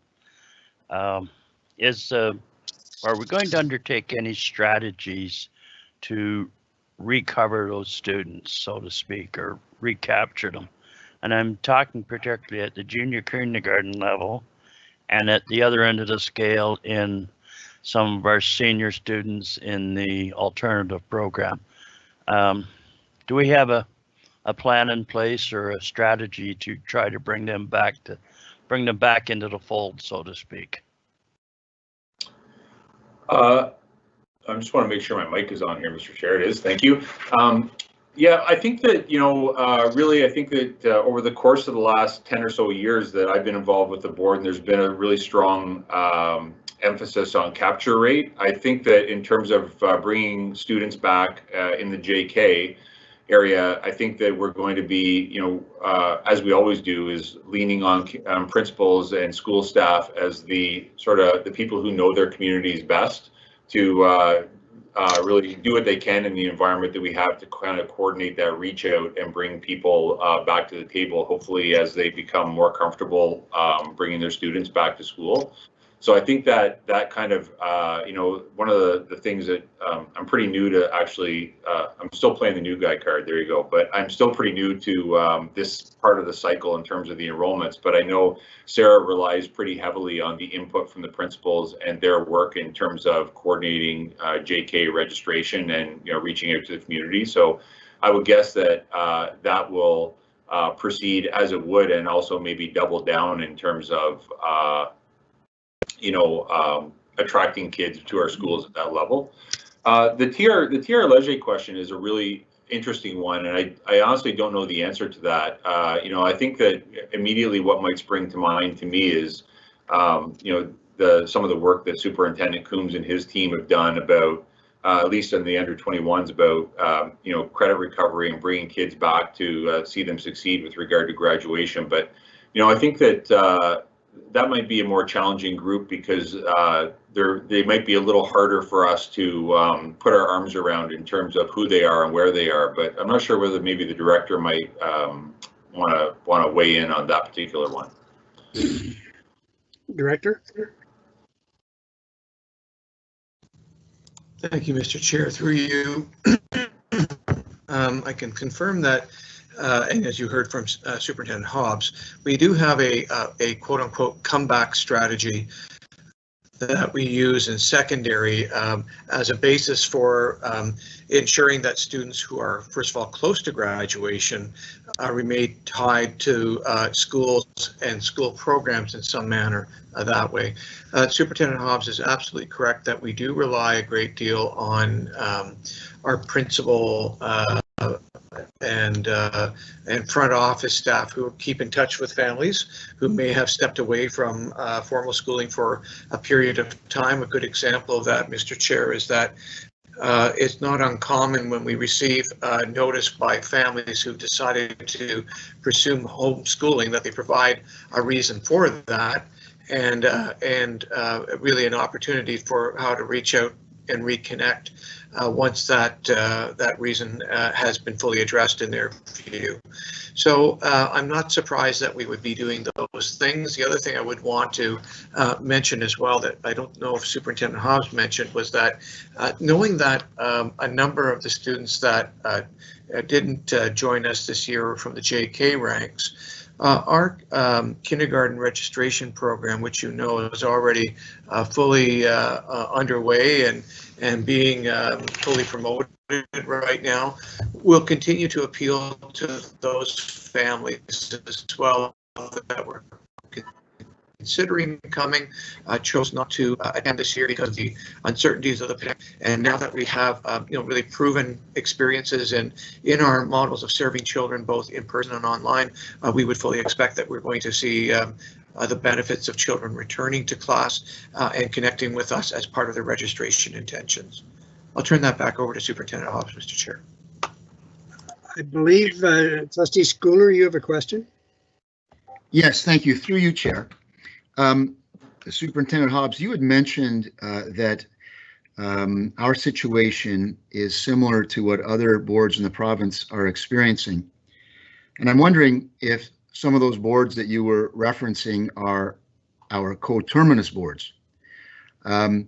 If our coterminous boards are experiencing the same situations that we are, that's probably okay. But if we are losing students and our coterminous boards are gaining students, then perhaps that's a cause for us to be concerned. So my question then is, are the boards that you were referencing the boards that are in our immediate area? Through you, Mr. Chair, I would say I don't have data to say specifically what our coterminous boards data would have. Typically, owing to our nature, which is we're in some cases trying to occupy the same space on the same dance floor, we tend to hold our data back a little bit or play our cards close to our vest with each other. So this would typically be other boards across the province in the public domain that share data.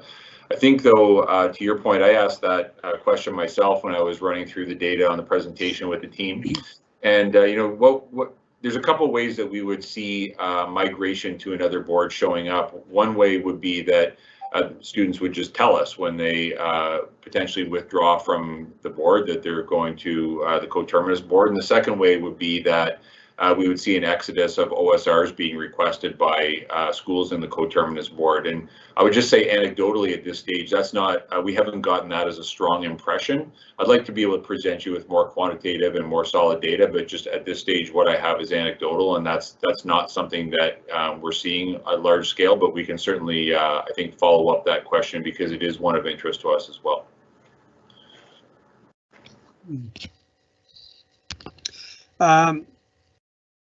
I have a follow-up question, if I could, on my own behalf, and it concerns this very issue. And I'm hearkening back to our previous presentation on the strategic plan. Might that become an integral part of either our work plan or the director's work plan to engage in this kind of remedial activity? Through so you, I guess sorry. I'm going to ask the director if he would answer that question, please.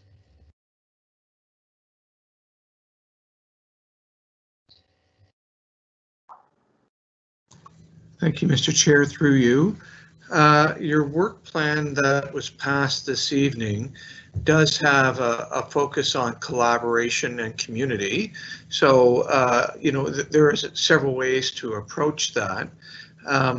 It may be seeding the next set of conversations you wish to have for the work plan that you do as a board for 2022 as well.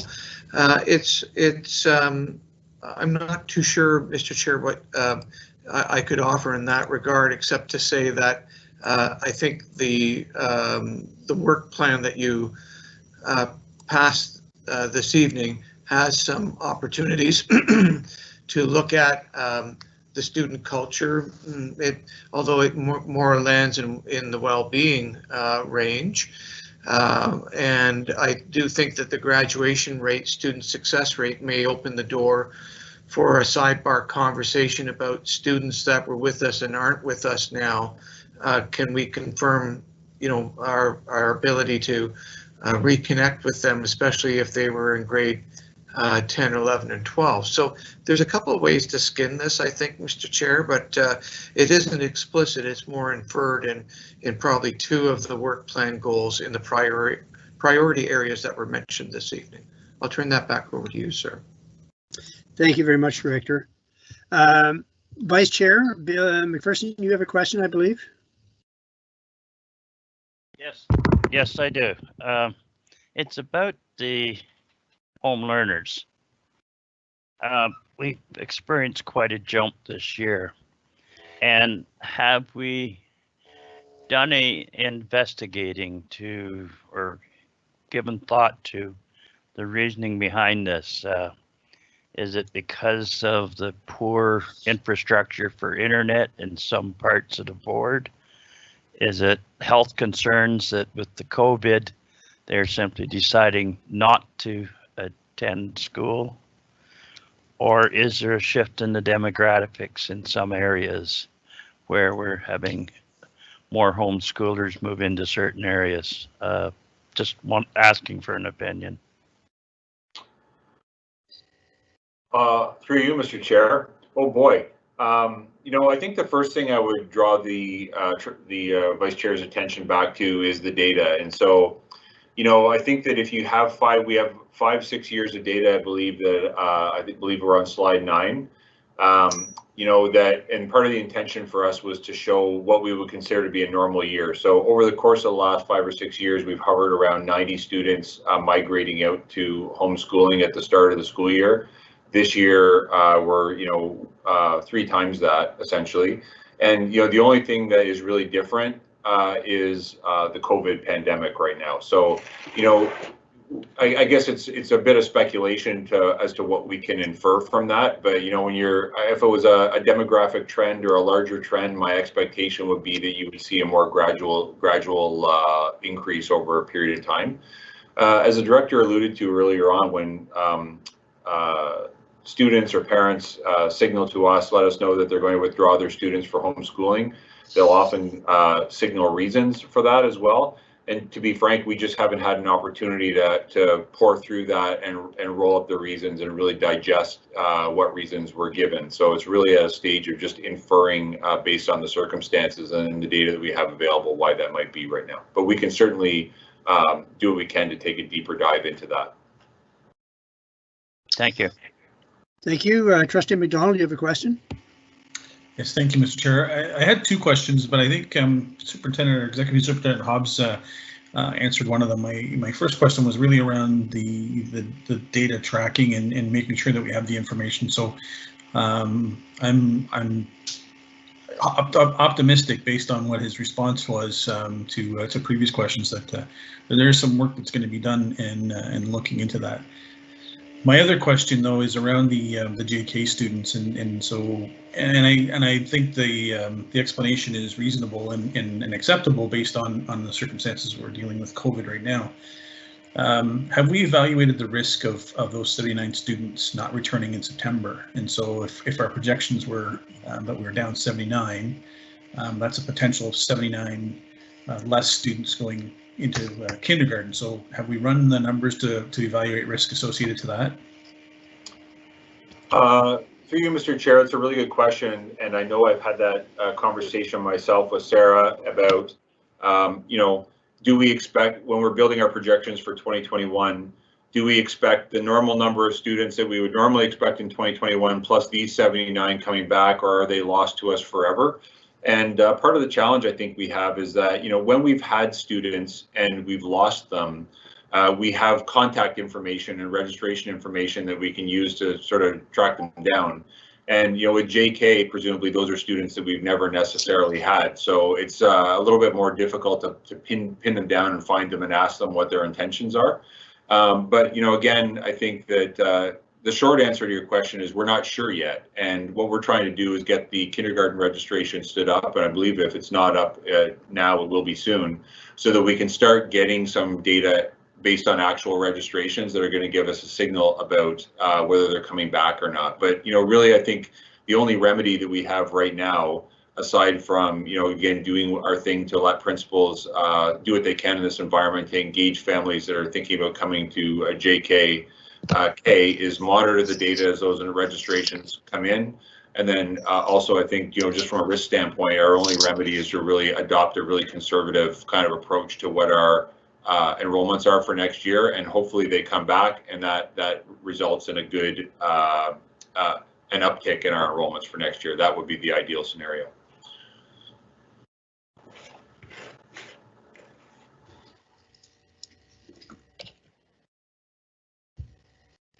Are there any further questions?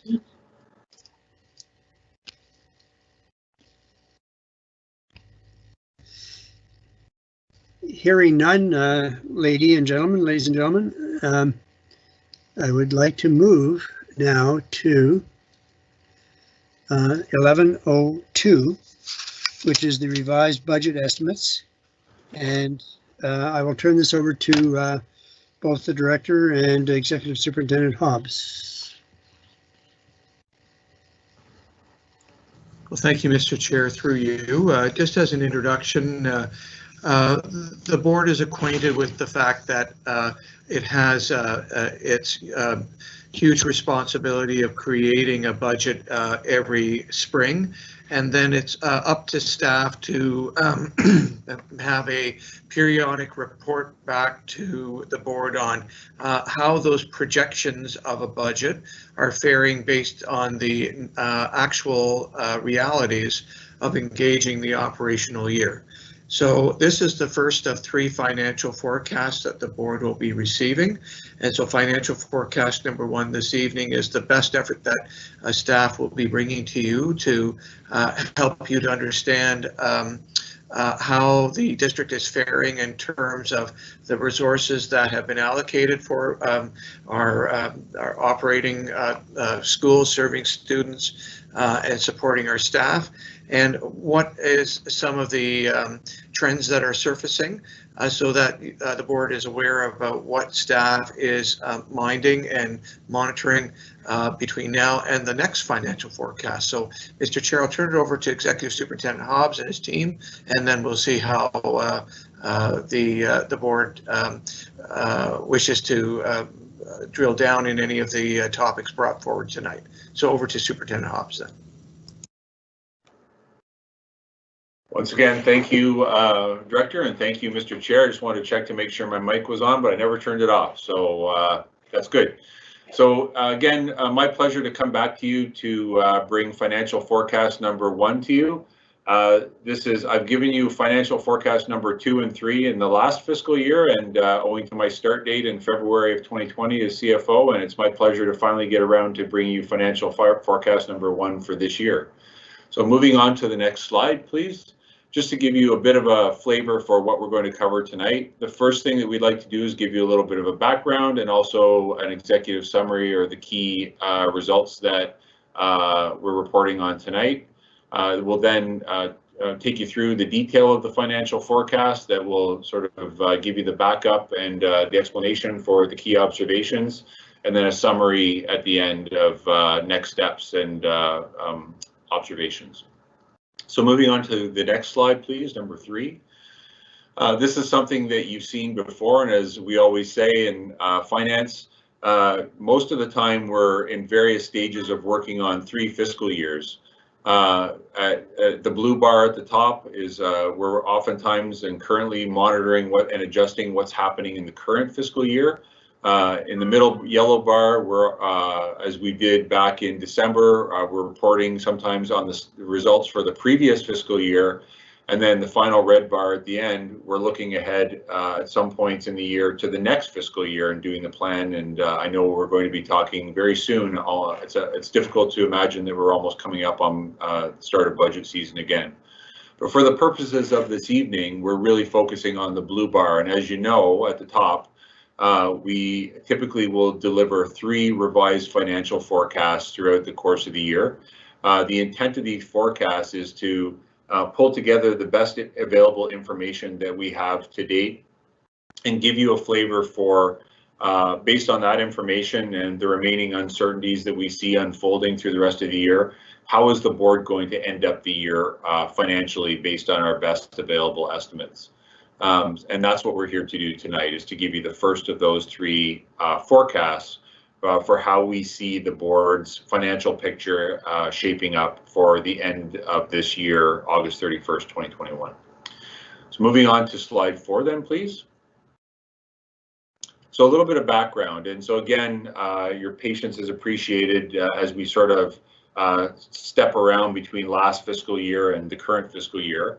But as you'll recall, we actually in December presented the financial results for the 2019-20 school year, and we identified an accumulated surplus available for compliance that was approximately $6.9 million higher than we projected in the original budget for 2019-20. So way back in June 2019 or thereabouts when we did the budget, we projected one surplus for that year. And at the end of the year, it turned out to be $6.9 million higher than we had originally projected, largely as a result of the pandemic. And you'll obviously need no reminder that in fiscal 2019-20, we of course had some job action, and we also had the COVID pandemic, which caused our schools to be shut down, and that obviously resulted in fewer than anticipated expenses, and therefore a greater than expected surplus by $6.9 million. And then last year on July 15th, trustees approved the original 2021 budget. And at that time, you know, in the throes of the pandemic and looking out to the 2021 school year, we anticipated that we would end the year with a surplus of $0.2 million. So it was quite a lean surplus budget, but quite a lean surplus. And we anticipated that at the end of the year, our accumulated surplus balance for compliance purposes would be around $11 million. And that included that at the time we were forecasting a higher than expected accumulated surplus available for compliance for 19-20. Then since that time, on October 14th, we provided a very early estimate of COVID-related financial impacts. And at that time, you'll recall, probably no reminder needed, that we were looking at, based on our assessment of the risks and potential expenses we could incur, a deficit for 2021 ranging from $4 million to $17 million, depending on how those things panned out. Since that time, we've provided a series of presentations outlining the potential financial impacts of the pandemic, and we've also provided information about new funding to support the pandemic response. Case in point, that's $6 million or so of stabilization funding we discussed during the previous presentation. So the purpose of this presentation, as I promised back in December, is to integrate this information into the first formal forecast of the board's financial position at year end.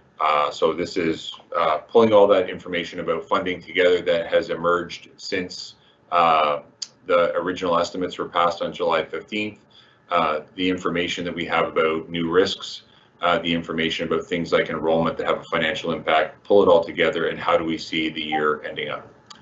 So moving forward to slide 5 then, please. What we'd like to do at this time then is give you just a brief summary of what you're going to hear unpacked in the rest of the presentation. So first of all, this financial forecast is anticipating a year-ending operational deficit of $2.9 million. As I indicated, that's based upon all the funding information we've received to date, as well as a prudent estimate of the entire year's expenses.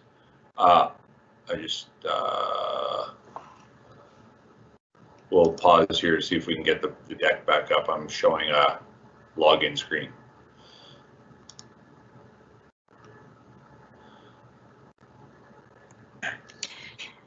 Executive Superintendent Hobbs, Derek is working on that right now. Perfect. Would you like me to continue or would you like me to give him a second? I would give him just a few seconds. He's just almost has the screen up right now. Okay. A few more seconds. Thank you.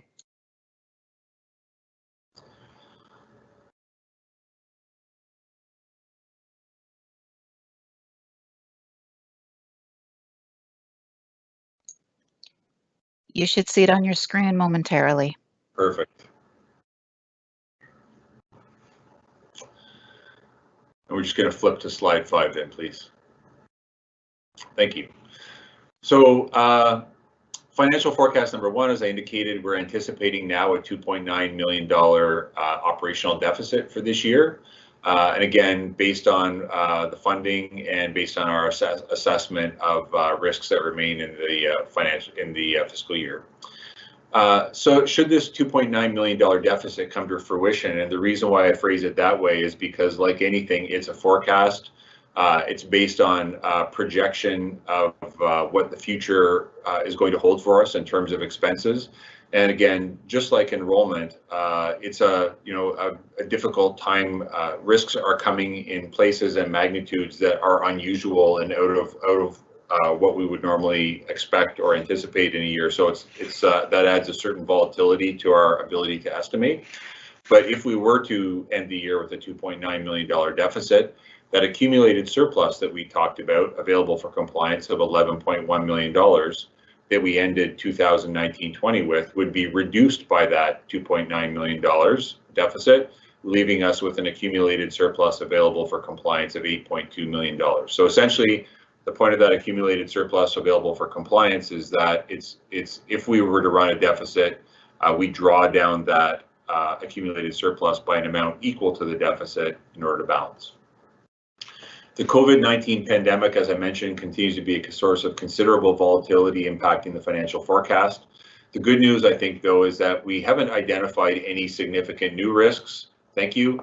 And nor have the risks that we've identified materially changed in magnitude. So short answer is we're not seeing significant new risks emerging, and the ones we've got aren't getting significantly worse, if at all.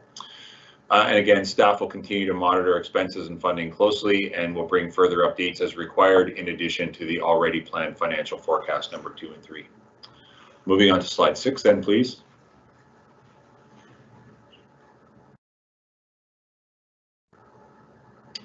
So this gives you the high-level results, and you've seen this slide. So a couple of things that I would point out. First of all, slide 6, the title is Financial Forecast to August 31st, 2021. The intention here is to show you what our best estimate of our financial results will be at August 31st, the end of the fiscal year. So in the table at the top, you'll see 2 rows, total revenue for compliance and total expenses for compliance. And what we do in the first column is show you what we were estimating in the original 2021 original budget passed in July of 2020.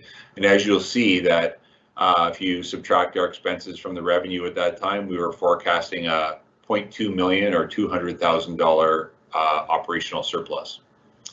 At this point, however, the 2021 revised estimates column, what you can see is that revenue available for compliance is up significantly, owing in large part to the remedial funding or supporting funding that has been provided by the Ministry of Education.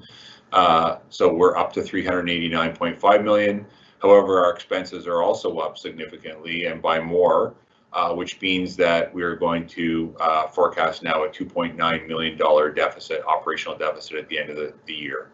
The final column shows you the variance. So what you see happening is we were originally projecting a $200,000 surplus. We're now projecting a $2.9 million deficit, and the variance is $3.1 million, as you see in that final row. To summarize what we see as the main drivers of that change, the first thing I think is important is I'll just walk you through this table below on slide 6 is titled Main Contributors. So first, what we call the net COVID-related deficit is really a catch-all for all of the COVID-related expenses that we have identified less essentially, or sorry, all the COVID related supporting funding that we've received, less all of the COVID related expenses we've received. And purely coincidentally, we've received about $8.8 million specifically around COVID supports or COVID measures. And we are forecasting approximately $17.6 million in expenditures based on our assessment of the risks that we see in front of us.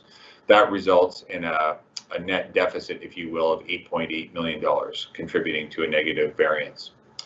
As we've discussed as well, enrollment-driven revenue change of $3.7 million, and that was unpacked in the previous presentation around enrollment, but that is purely driven by enrollments. So again, another unfavorable variance to funding of $3.7 million. Line 3, the sort of counterpoint to that enrollment-driven revenue change is the state total stabilization funding received from the provincial government of $6 million, and that's a favorable variance. As we discussed in December as well, there was other good news around the government's commitment to ensure our SIP funding, special incidents portion, that they committed to carrying forward the amount that we received for 1920. As you'll know, our spec ed plan, one of the major pillars of our spec ed plan led by Superintendent Ferguson a couple of years back was to dramatically increase our SIP applications, and we were successful last year in receiving $3.1 million. But original estimates, we had conservatively forecasted $750,000. The good news is that the government has said, okay, we'll top you up to the total $3.1 million to make you whole for this year. So that's another $2.3 million we've received. As some of you may be aware, we had some discussion in the fall about school budgets. So moving on to row 5 here. One of our typical practices in the course of a fiscal year is if schools run a small surplus in their school budgets, as distinct from school generated funds. These are school operational budgets that they use for things like, buying goods and services and bringing in occasional teachers. If the schools run a surplus at the end of the fiscal year, we would normally make that available to them in the follow-on fiscal year as a quote-unquote carry forward.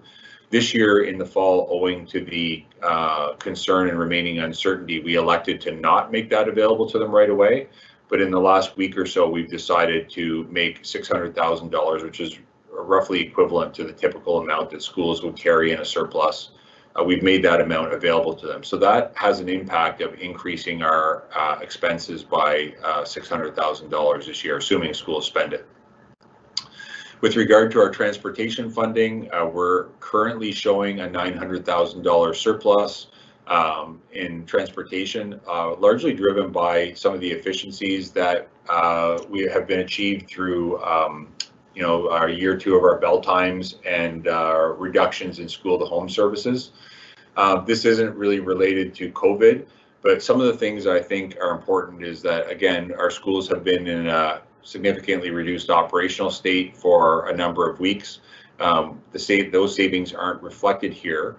But one of the things that we would point out is that last year, when we had a reduced operational state for a long period of time and weren't running buses, the ministry clawed back some of the fuel savings that, almost all the fuel savings that we would have received.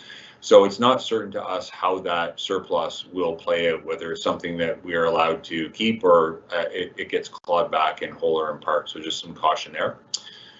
We've received greater than anticipated Indigenous funding owing to more credits being taken in Indigenous studies. And then there's been a catch-all miscellaneous of about $200,000 favorable and increases. So generally speaking, what you're seeing here is if you add all those up, you get to a negative or unfavorable variance of $3.1 million, which puts us at a $2.9 million projected deficit. Moving on to slide 7 then, please.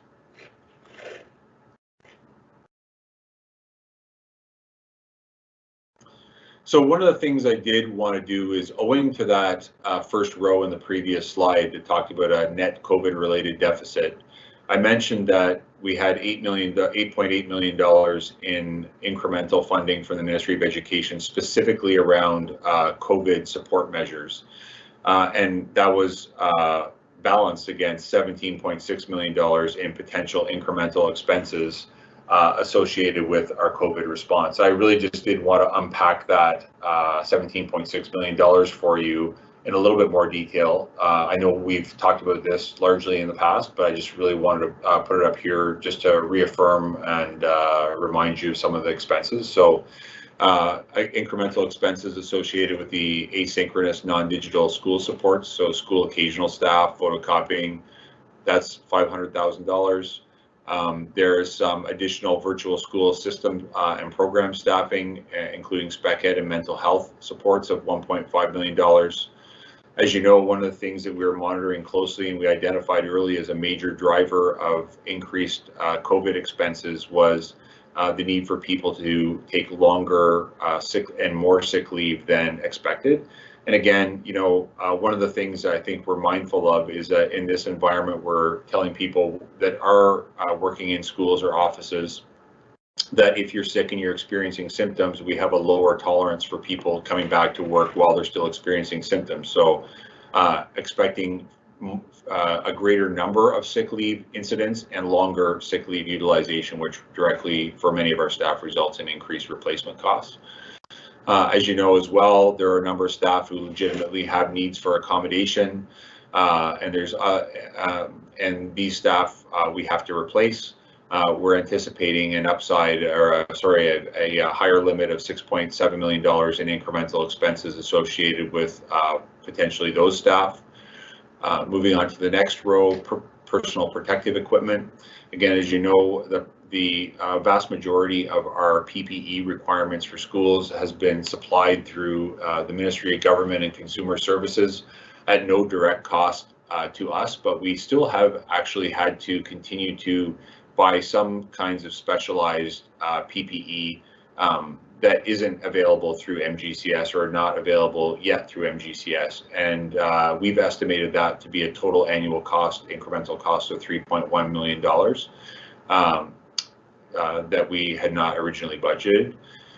There are some technology related costs, greater transportation costs to some extent covered by or offset, if you will, by some additional funding, but $1.4 million. Additional custodial cleaning supports and health and safety training, again, somewhat offset by some of those funding sources that we talked about, and then ventilation in classrooms.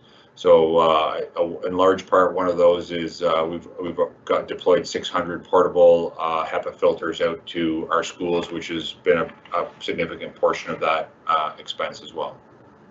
So again, not all bad news in the sense that that $17.6 million is at least half balanced by additional funding specific to the COVID response. So again, it's not those are some more than others are balanced off by funding, but it still leaves us with a net $8.8 million potential deficit in that area. So that was an area that I just thought would deserve highlight.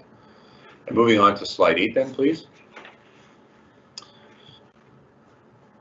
So this slide, something you see all the time. I think one of the things that's really important for us is that we're forecasting a deficit of $2.9 million, which you see listed here.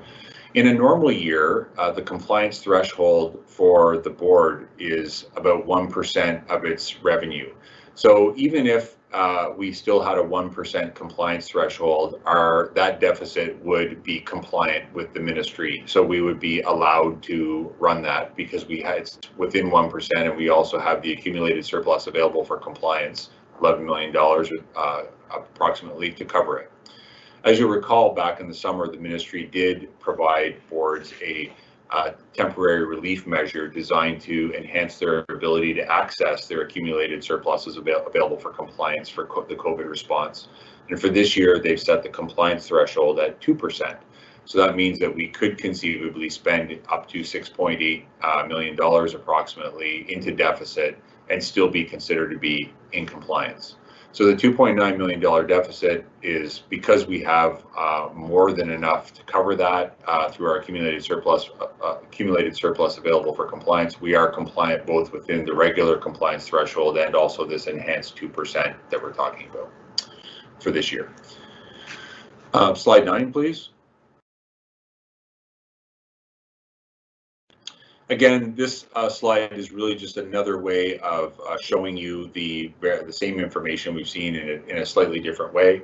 I think the moral of the story here is that, as you may recall from my scintillating budget presentation, our accumulated, the surplus that we have accumulated at any given time is composed of 3 major parts. The first part is the operating accumulated surplus available for compliance. And that really is a surplus that is drawn from our general operations, and it's really, there are no real constraints or restrictions on the way the board is going to chooses to employ that, for example. The second part of it is our totally internally appropriated surplus available for compliance. And for a variety of reasons, the board over the course of its history has decided that certain parts of a surplus that are run should be designated as used and maintained for that specific purpose. And a case in point is school budgets. So the surplus that I mentioned earlier that schools tend to run, the small surplus that schools tend to run at the end of a fiscal year, is internally appropriated by the board at the end of the year for school use. And so while the board has near total flexibility how it chooses to use that those funds, there's sort of a marker, if you will, on them to designate them for their intended purpose.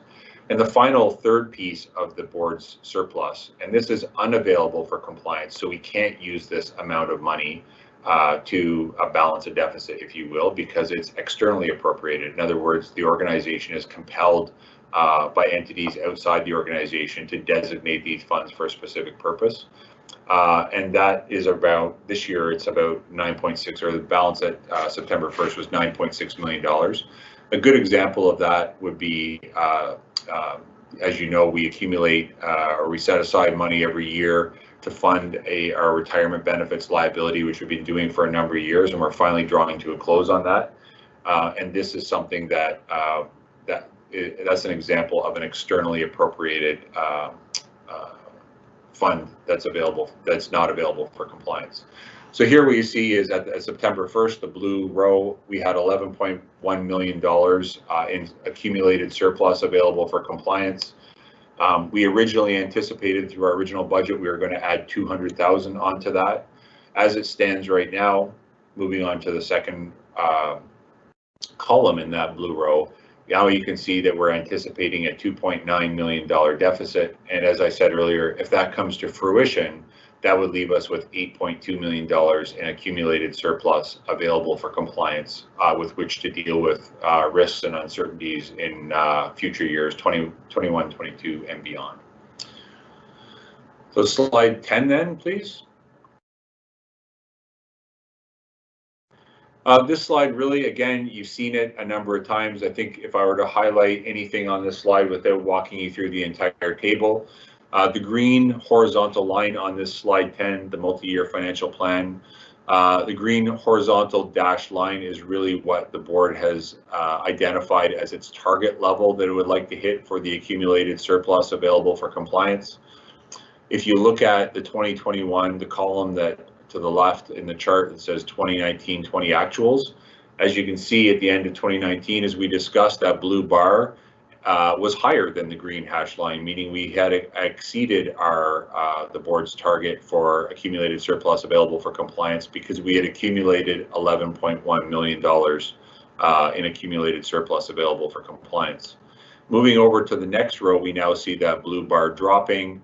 It's dropping because we're projecting to run a deficit of $2.9 million, and that deficit would have the effect of drawing down that accumulated surplus available for compliance by $2.9 million, leaving us with $8.2 million. The remaining bars just assume that you know, things will go back to normal and we'll resume our normal, I think, march to build that surplus back up, with no assumptions given about how the board, if we exceed that green line, how the board may choose to level it out or draw it down. But really the intent here is just to show you graphically the impact of drawing down a $2.9 million deficit on the accumulated surplus, who would leave us with 8.2 million. So moving on to slide 11 then. This slide, really, you saw this in December, a very graphical way of highlighting for you the major risks that we saw in December. And it's a opportunity for me to confirm, as I mentioned earlier, that we are not seeing any significant risks, new significant risks on the horizon. And we see no material change in the value of any of the risks that we identified in December. So really, we're not seeing things getting worse. We're not seeing things, we're not seeing reason to be vastly more optimistic about any of the risks, but really they all tend to be flat or at the same status they were in December in terms of value and probability. And moving to slide 12, please.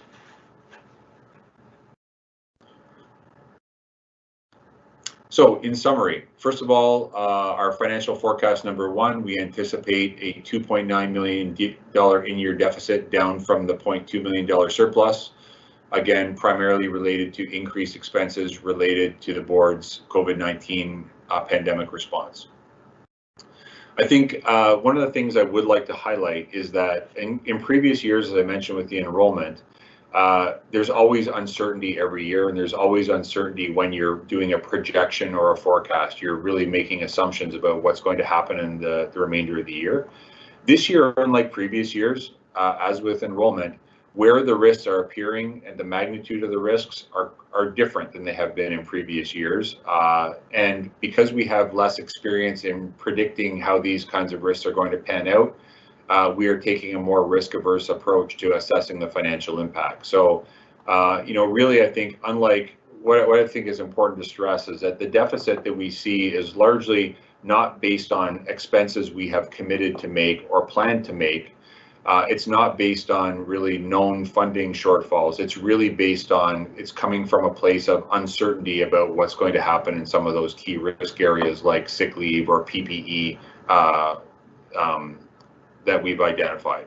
So that's something that's important, and it doesn't factor in further financial supports that may be offered in the future. So really what you're seeing here is that deficit as a reflection of our assessment of the financial impact of the big uncertainties that remain in the year, and we've attempted to take a moderately pessimistic approach, if you will, to how we value those uncertainties. Again, no significant new risks and no material change in the existing risks. Though we would be projecting a deficit, it remains within the ministry's compliance threshold and would be balanced at year end by drawing down the board's surplus available for compliance, leaving approximately $8.2 million remaining in that surplus for the next year. And again, a very similar conclusions we drew at the end of enrollment is that owing to the continued anticipated uncertainty lasting potentially into the new school year, we're really feeling that a sustained conservative financial stance is still indicated for the remainder of this year. And that is a wrap for me. Thank you. Thank you very much, Superintendent Hobbs. That's quite a report. Trustees, I'm opening the floor to questions, and I think it might be helpful, pardon me, if you have a question, if you could refer it to a particular page so that we can all get there, and maybe Derek could try and follow us on that if he can. So, trustees, the floor is open for discussion. I have a question. I have a question. Okay, first of all, Trustee Swan. Thank you. I just have to flip to the other.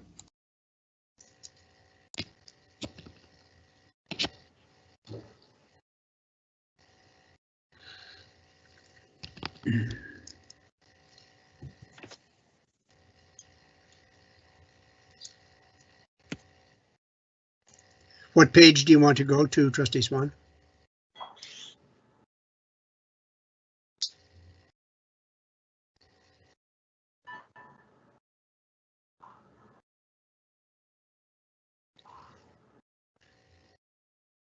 Trustee Swan, if it's okay, I'm going to come back to you. Trustee Parisien, you had a question? Yes, I do. Thank you. Through you, Chair.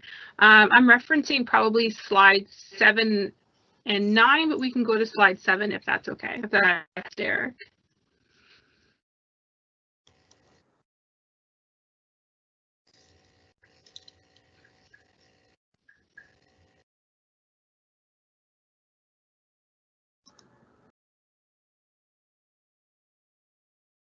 There we go. Thank you. Through you, Chair, I guess Superintendent or Executive Superintendent Hobbs, I'm sort of looking at the component where it says technology related costs. I know that could sort of fall under two different technology components. It could be providing students with laptops versus programming for teachers. My question is related to programs for teachers. To my knowledge, currently we have teachers in our elementary school system using Smart Notebook. The version, I'm sort of looking, the version it seems to be that we are providing our teachers with is version 11. And the versions currently go up to version 19 or version 20. Do we have any outlook to be able to help teachers excel at their jobs in order to provide them with an up-to-date program? Through you, Mr. Chair, I think, with regard, I wasn't just prepared to answer a technology question, but I think with all our technology, we deal with literally hundreds of apps and applications, and there's a variety of issues that crop up with these kinds of things in terms of staying at the absolute latest version. Sometimes it's the compatibility of the hardware. Sometimes it's, so it's really difficult to kind of answer what, if there's a teacher who's using an older version, why that might be. It could be a hardware compatibility issue. I do know with the case of Smart Notebook, however, one of the things that happens is that as teachers use these kinds of technologies, they accumulate a body of content that they rely upon for their class. And in the case of Smart Notebook, a lot of that content that we're hearing about out there is based on a legacy technology called Adobe Flash, which has been deprecated and is not supported in future versions or current versions of Smart Notebook. So the challenge that you end up with is coming up with a migration path that doesn't actually cause teachers to lose access to all that content that they've accumulated. So I believe in some cases that's one of the issues, I think, specifically with Smart Notebook, but I couldn't confirm right now what version we're on and what the latest version is. I can find that information for you, certainly. That'd be great. Thank you. I can send you an email as well, if that helps. Yep, thank you. All right, great. Thank you very much. Trustee Swan, I'm going to come back to you, please. What slide would you like to reference? I'm still on page 12. Okay. And this is my question because I just don't understand how we're saying we have a deficit, ministry compliant deficit of 2.9 million, but yet we have 8.2 million dollars of money that we had for in a surplus. So can somebody explain this to me, because I just don't get it. I could do my best, Mr. Chair. And I do understand that we started with the 11 minus that equals the 8.8. I get that part, but why are we calling it a deficit? That's why I don't get it. Through you, Mr. Chair, I think there's a distinction that's important here about an in-year surplus, between an in-year operating surplus versus the accumulated surplus. And so I guess, sort of, to put it in sort of familiar terms, at the end of a fiscal year, so say August 2020 was the end of the fiscal year 2019-20, we ended that year with $11.1 million in accumulated surplus. And basically what that means is that's the surplus we've accumulated plus or minus through our entire history as a board. And what happens is that when we start the new fiscal year on September 1st, that we don't start the year with $11.1 million in that to spend in that fiscal year. You can treat that $11.1 million as kind of being set off to the side and more or less inaccessible to us in year, right? So that would be kind of roughly analogous to retirement savings or something that you might have set aside on a personal level. It's not available to us easily in that year to just draw upon as we need it. The way we actually draw upon that accumulated surplus available for compliance is to, in the new fiscal year, spend ourselves all the way into deficit. And if we find ourselves in a deficit, only then can we pull from that kind of bank, if you will, of $11.1 million to balance the deficit. So the distinction really is the accumulated surplus is everything we've piled up to the end of last year, essentially our savings. And this year is what's happening currently. And the only way to grab that or access that accumulated surplus available for compliance would be to spend yourself into a deficit, essentially, and then you can then that will be used to balance. So does that help answer your question?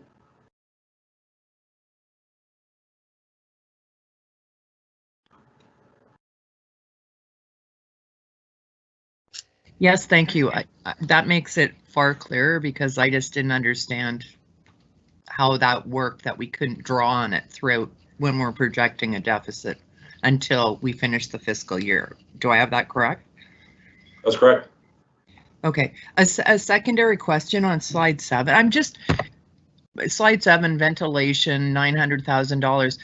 Just as an example, have we got all the projected funding? Like I understand the government said they were going to give us money or board's money to increase the ventilation in our schools. Have we received that funding? Because we're projecting a deficit there, and I just want to know, have we got all the COVID funding that they've said publicly that they're going to be handing out, and are we using this in our estimates? The short answer is yes, we have received the funding that the government has identified that they're providing. And I would say, and there's a distinction between, it's all been formally kind of announced. It's a commitment. So, with regard to ventilation in classrooms, when they announce funding and they give us a transfer payment agreement, for example, we treat that as a solid commitment, and there's no reason to not think it's a commitment. I think the important thing here with regard to these individual lines is that we've received $8.8 million in funding specifically for COVID responses, and that's distinct from the stabilization funding and SIP funding, for example, I talked about earlier. So in some of these lines that you're seeing here on slide 7, we've received the funding commitment. In some cases, like for example PPE, we've received funding, but the funding doesn't cover all necessarily of the expense that we feel we might have to incur over the course of the year in order to fund that. So that's what you're seeing is $17.6 million in expenses, but $8.8 million in total funding that we're applying against that. Thank you. Trustee McDonald. Thank you, Mr. Chair. Some of you may be predicting what I'm going to say based on my comments of previous reports, but I may surprise some of you tonight.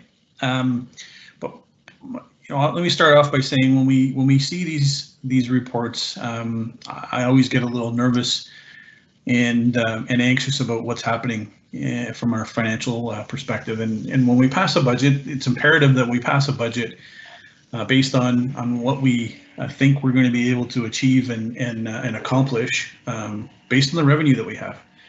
We have a hard time controlling our revenue, but we should have an easier time controlling our expenses. And so when I see that we are overspending based on the revenue that we're getting, my typical response would be that we need to start putting some controls in place and some measures in place to bring expenses or expenditures back in line so that we don't creep into that deficit situation, and so that we don't have to rely upon a surplus that we have in place. The reason I don't want to go into a surplus is I want to use all the money that we have, is that we have made commitments through resolution of the board that we would have, it says 10 million, but I think it was 3%. So the number is in that range of 10 million of an accumulated surplus, so that if we did have issues similar to what we're facing this year or any other years that are uncontrollable, that we would have the ability to have some rainy day fund, a backup plan and available to us. And so, I think based on the information that we have, and I was looking at slide 9 that shows where we are. My view this year, given the circumstances that we're in, and given the importance that we've placed on the measures that we want to put in place and get reports back on from our board work plan, I think it's important that we move forward with this. And I think we need to not get into my typical response of saying we need to start cutting and finding those expenses. I think it's important for us that we have the resources in place, because I think we need to support our staff, we need to support our students when they return to school, and we're going to have to do that from now until the end of August, which is this fiscal year. And I think we need to make sure that the funds that we have available to us are there. And despite the fact that we were overspent, despite the fact that we did get additional revenue, we still have an obligation to do that. And I think if we start to cut now and start to pull back on some of those things, it will be very difficult for us to be able to support the students that we need to do and put some initiatives in place. And so as much as it pains me to say I think it's okay to have a deficit, I think it's okay to have a deficit. And I think this report's really informative and allows us to understand where the funds are coming from, what the anticipated or the risk associated to what those factors are that are going to get us into a situation that potentially we would have a deficit this year. The reason I'm comfortable with that is because we do have that surplus available to us, and we have a surplus available to us even though the ministry says we can go up to 2%. I think that wouldn't be very prudent on our part, but we're within our 1%, which would typically be that gap that level that we would be able to go into. And it doesn't impact us next year, and so our plan is still to try and replenish the surplus, but it doesn't mean that we have to go at it harder. We don't have to look at it extending it. We don't have to do those types of things. So I think that the plan of still maintaining a 3% or a $10 million surplus is good. I think the fact that we will have to creep into a deficit this year is okay, because I think we're going to be doing some major things to support staff and students over the next 6 to 8 months. And so, I don't want to see us taking any funds away from any of those expenses or those projects that are going to be so desperately required and needed. And so, aside from my typical response would be, get a report back to us and find out where we're going to find those expenses. I would say that we're on a rocky path, but we're in a good place, knowing that we have a lot of information that's matured by Executive Superintendent Hobbs.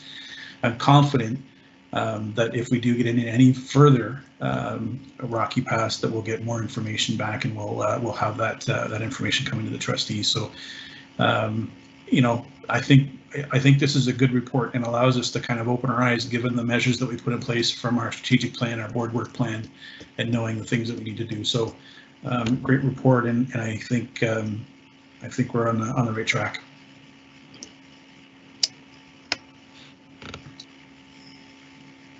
Thank you, Trustee McDonald. Are there any other further questions?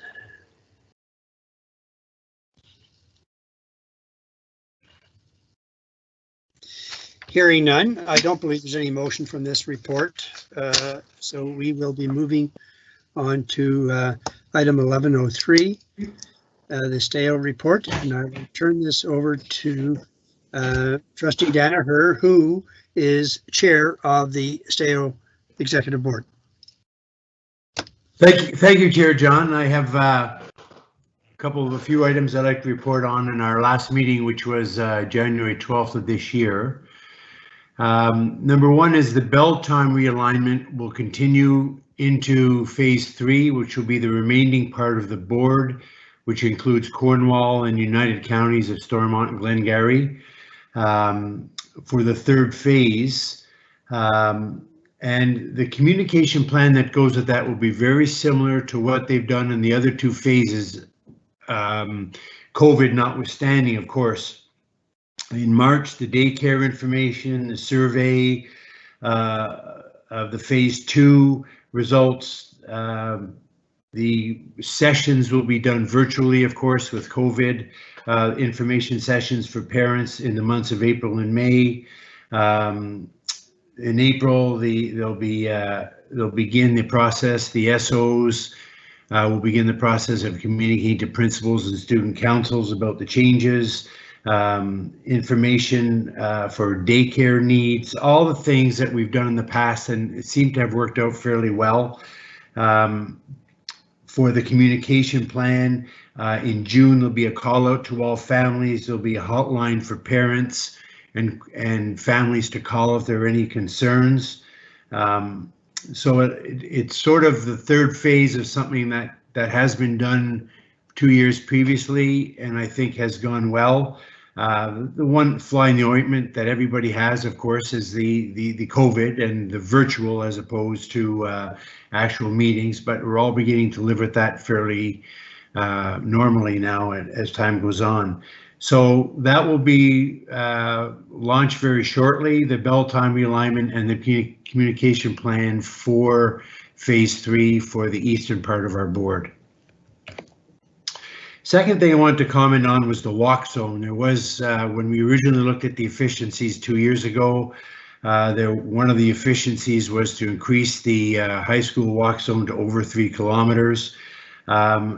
Having looked at that over time, the board of directors decided that that would be shelved, postponed, and not put into place as part of the efficiencies for a number of reasons. One, the efficiency dollars, a lot of them, I don't have the exact figures, have been achieved already in the first 2.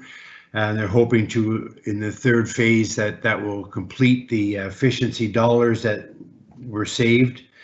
Number 2 is the pandemic and putting it on families that would have affected about 1,500 kids in the both boards. I don't know what the breakdown would be for us, but it would have been fairly substantial. My view is, young kids walking along a country road for an extra 1.5 miles, probably not a good thing at this point with the pandemic and those kind of things. And the third reason for that, for postponing it and shelving it, was we are expecting a new transportation funding model coming from the province of Ontario, and that is supposed to be coming very shortly. We don't know much more about it other than that. The fourth point is just some operations discussion. Last summer, if you remember, our board in particular passed a motion looking at maybe building some sort of flexibility into our boundary situation, into sort of our costing with kids that maybe are out of boundary, or some flexibility in the boundary. In the fall, we did a survey, and some of you responded to that survey, and one of the major things was maybe looking at a little bit of flexibility in terms of our busing, some human touches in terms of boundary situations and that kind of thing. And discussing that with our coterminous board, who shares the other half of Steel, or the other 40% of Steel, there was a lot of talk about how we would proceed with this process. And as a result, Steel has hired a company called, let me get it here, I'll get exactly, BusyTech, to look at some of the gaps that we might have to help us make some decisions about building some of the things that we want to have in our transportation. We need to have consistency with the separate board. We need to have eligibility policy, and we need to have reports to the government that show those kinds of things. But we also need and want, as a result, a little bit of flexibility. So that they're going to do a report for us for Steel, for both boards,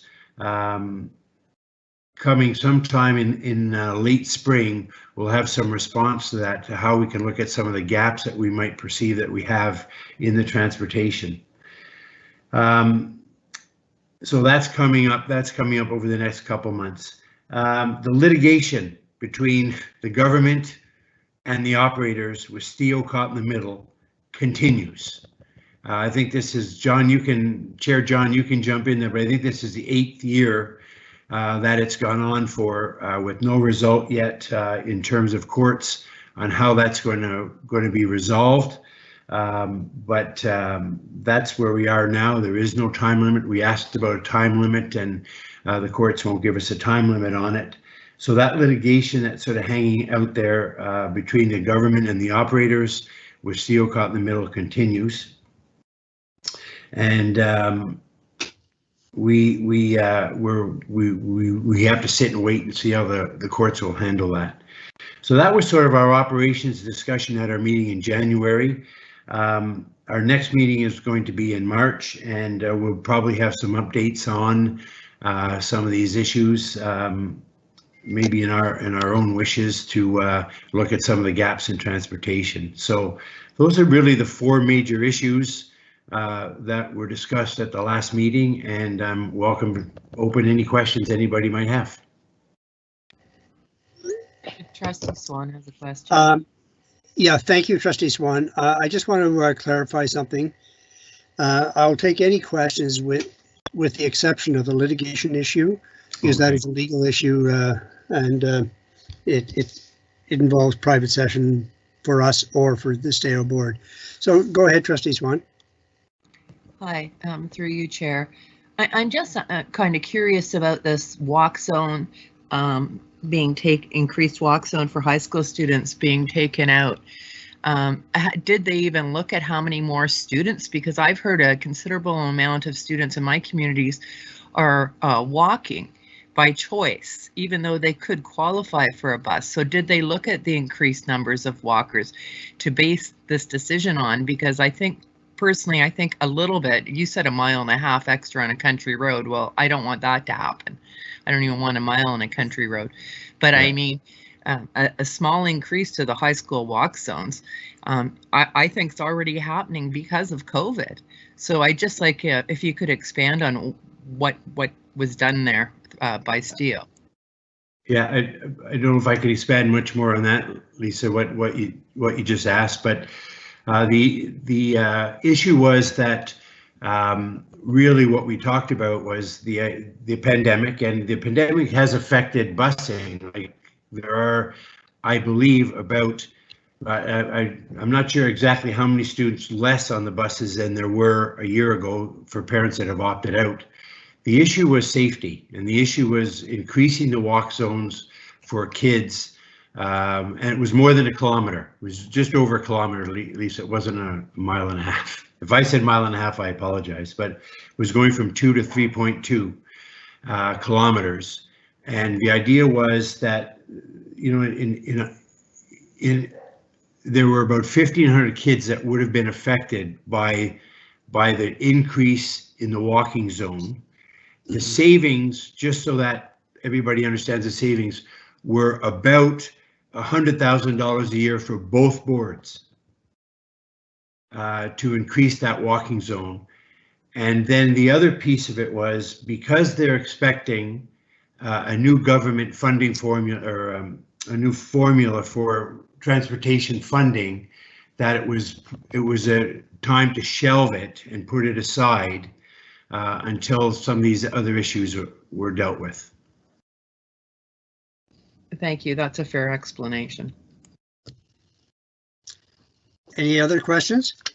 Trustee Cram, I believe you had a question. Thank you, Chair. Recently, with the public health dictum right now that half of our board is open to go to school and half of our board is closed. That leads me to ask, has there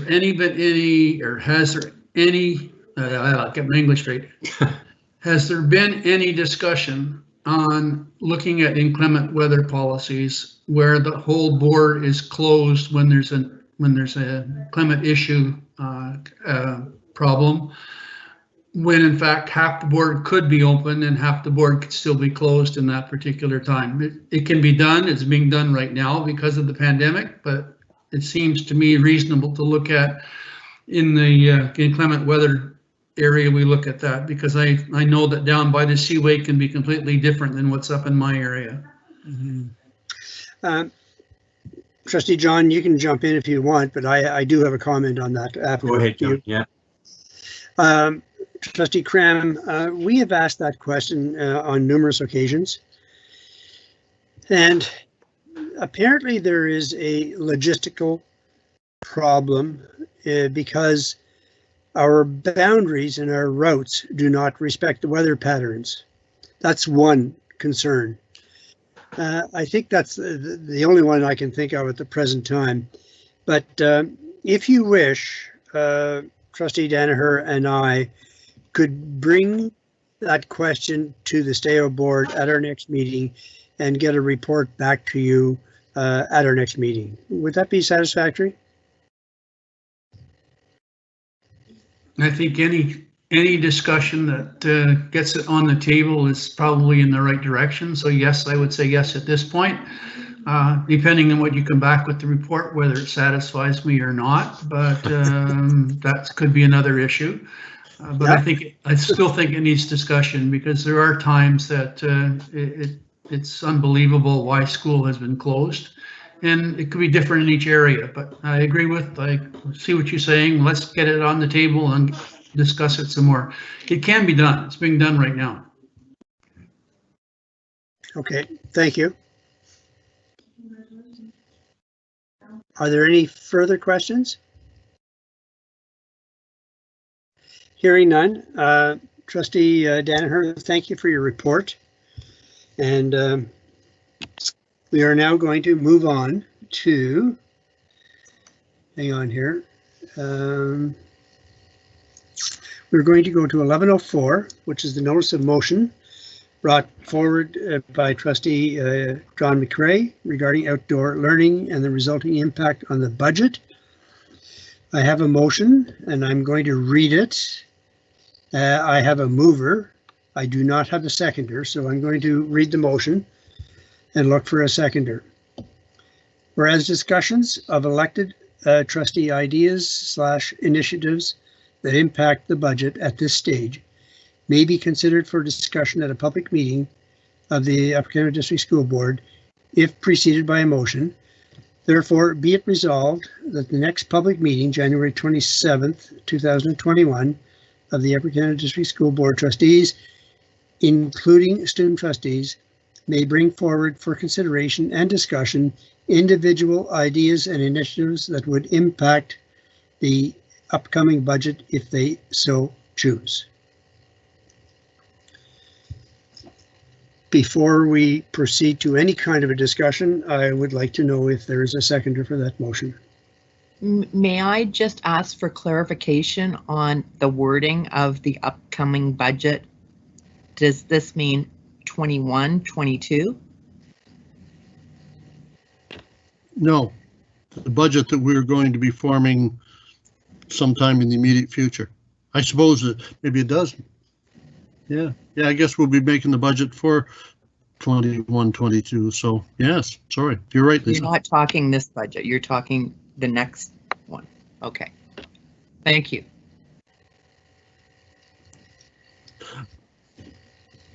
May I proceed, John? No, I'm looking for a seconder, please. If there's no seconder, the motion fails. I'll second it for discussion. Seconded by Trustee Swan. The floor is open for discussion. As mover of the motion, Trustee McCrae, would you like to speak to it? Thank you, Mr. Chair.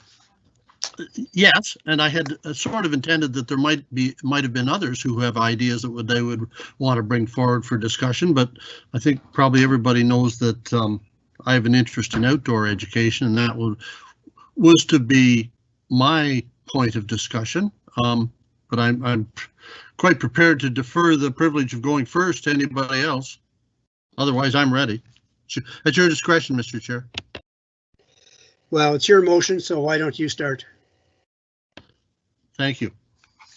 Well, I'm hoping trustees tonight will sort of think like the owners of these assets rather than the managers. We're the managers for the province, but you know, owners worry about equity. And equity is another name for that is net worth. Managers can spend and owners invest. And I think that we have a surplus, and I'd like everybody to think like the owners of our schools. Just bear with me. It seems to me the status quo in public education is not going to last. This pandemic has made that fact obvious, I believe, and really no enterprise that can survive or thrive anyways, unless someone is actively and forcefully putting spending, using, that is to say, creating liabilities to improve those assets, such as outdoor learning. We're losing students, and I think outdoor learning is something that's vital. And I've tried to send out emails, so you know where I'm coming from. Individual schools and everything that facilitates learning, to me, is the only asset we should really be concerning ourselves with, as owners would. If 80 different and distinct proposals are presented to superintendents to put on the director's desk, then we've succeeded. If we really aspire to be labs of innovation, then putting $1 million in a dedicated fund for outdoor learning is a place to start. Imagine the possibilities. Maybe one school will come up with ideas for a rink, or others. Maybe some kind of heated pavilions, or even associating with a conservation authority. It's maybe golfing, maybe gardening, maybe greening the grounds. There's all kinds of possibilities, but some funding would jumpstart it. Now, I think, if I'm not mistaken, the several trustees have owned or yet own a family business. And I don't think they could have survived very long if there hadn't been decisions made to take a chance. It's way more than just paying the heat and the light and the wages. If you don't if you own something and you don't actively invest in the future, then you're merely surviving. And I wonder who among us has not sat around the table with their family and made decisions about their future that called for some creating liabilities. Managerial decision makers usually avoid those kinds of things. They manage someone else's money like we do. That is why you won't hear the term equity ever used around here too much. But I think equity is what we have in those schools. It's something like their net worth depends on us putting some investment in. And now seems to be a good time with this surplus that has accumulated and is sitting there. So I'm asking trustees to think like owners of something of truly amazing value. Our individual schools in each of our wards, 80 some of them, they're enterprises, all 80 of them. They're places that deserve to have something like 10,000 put at their disposal to invest in themselves, to increase their equity of those places, to improve the health and the well-being of students immediately, to direct community buy-in, to introduce a joy in the nature to a generation that deserves a better future than we're leaving them. The true owners of our schools, the people we represent as their trustees, are the students and the parents and the teachers and the EAs and the front desk ladies and the principals in those schools. These places of safety and facilitated learning are at risk if we continue to fail to treat them as individual places to be invested in directly. I think the competition is fierce. I think there was a lot of it before this pandemic, but the pandemic has made that clear. Private schools and e-learning, homeschooling, the Khan Academy, great courses. There's government agencies that are offered to teach stuff. Individuals producing learning options. We're all fighting for the same bodies. So I think it's important that we be prepared to invest as owners would. We're public funded education will never be the same as it was again. We may think it will be, but I don't think it will be. Our children need to get outdoors more. I don't think that is subject to much intellectual debate. And I'm talking quite a bit more. So next meeting, you've time to think about this. The next meeting, it's my intention to bring forward a motion to invest $1 million from our overflowing surplus to invest in the equity of our schools directly. Through a process, the individual schools will forward a plan to their superintendent, who will champion it to the director for approval, or I suppose denial, for the funds, and then the funds will flow. Simple guidelines will have been established and followed, but the plan will begin in the individual schools. Thank you, Mr. Chair. I'm pleased to receive any questions, but I have a speakers list. First of all, Vice Chair McPherson and Trustee Cram and Trustee McDonald. So, Vice Chair. Thank you. My spin on this is that we've got 11 trustees at the table, and we could have, well, if the student trustees comment, we could have 13 different opinions as to where surpluses should be spent. This should be part of the budget discussions. We can't do this piecemeal. I think if we do determine, and I think that's a key element, if we do determine that we have surplus funds for discretionary spending, which we have had the odd time in the past, about, I'm going to say 6-7 years ago, we had, I believe, roughly $300,000 set aside in the fund to support building capacity in the arts program. And that eventually fell by the wayside as we got into tighter budget years. I'm not going to speak on the merits of outdoor learning. Just a point of clarification.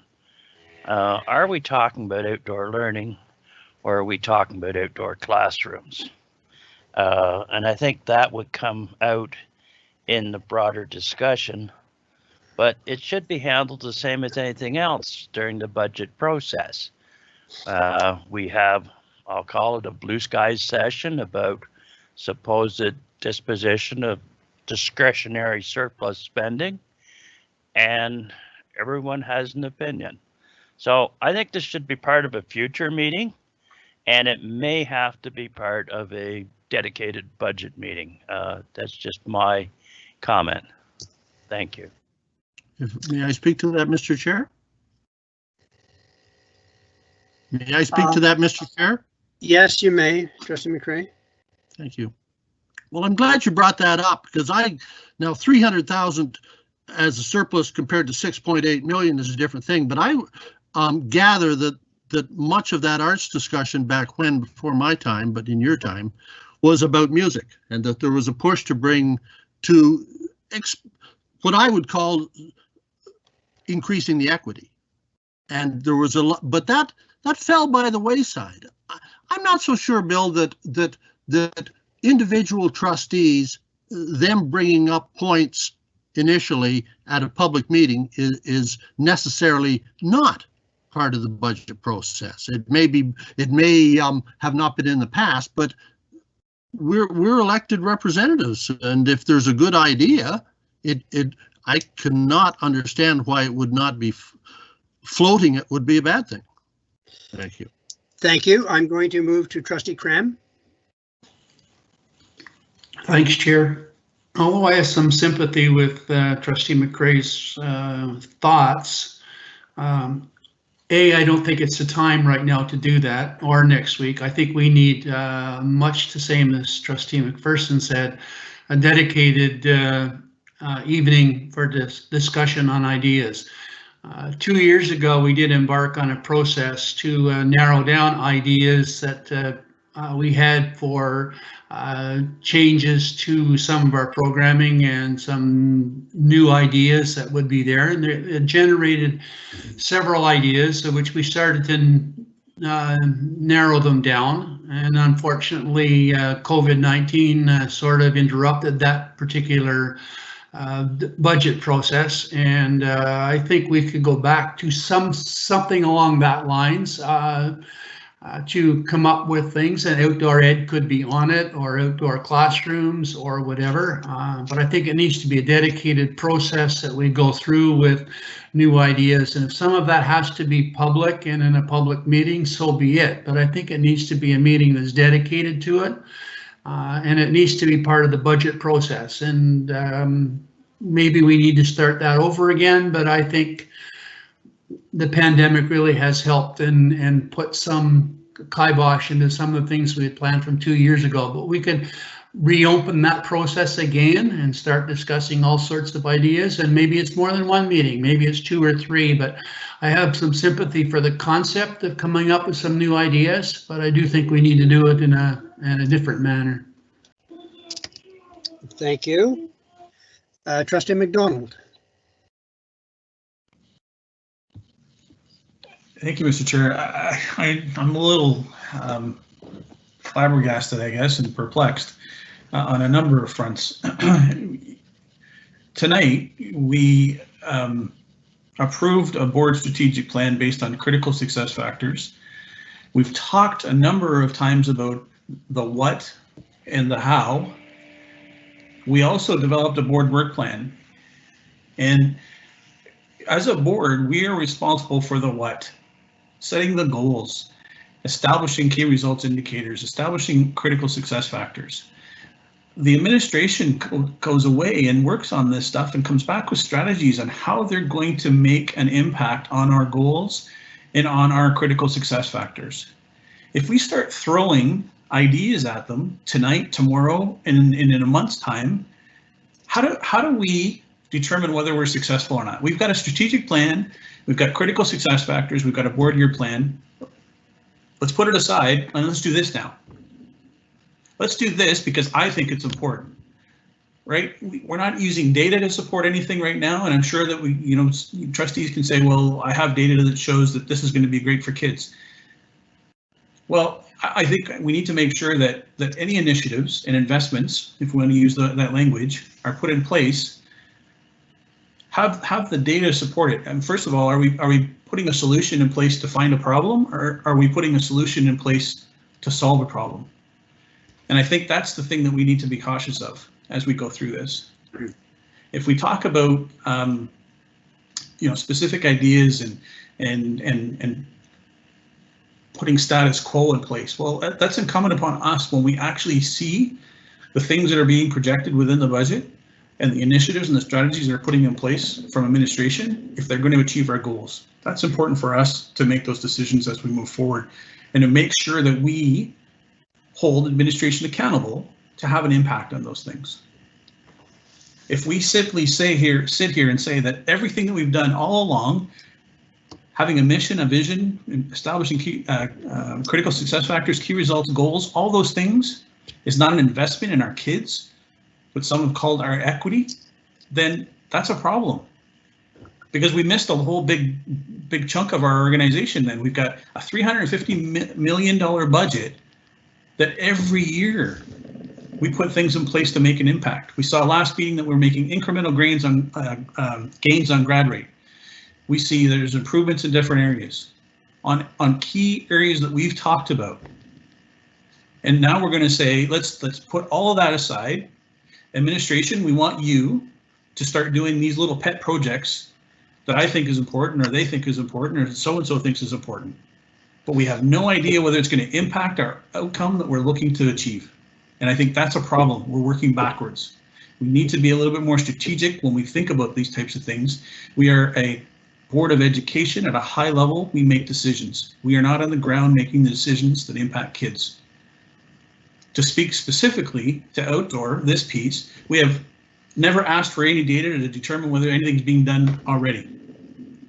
I have a problem with that. If we don't ask for the information to determine whether it's being done or something along those lines is being done, and we just simply want to say, let's put $1 million into a project without having any other data, that's wrong. And to sit here and say that we have a surplus, yes, we do have a surplus, but we also have a resolution on the books that says we will achieve a 3% surplus so that we can deal with any unexpected things. In order for us to budget $1 million, We either need to find it from somewhere else, or we overspend so that we can draw down our surplus next year. I think that that's a wrong way of thinking as a Board of Trustees.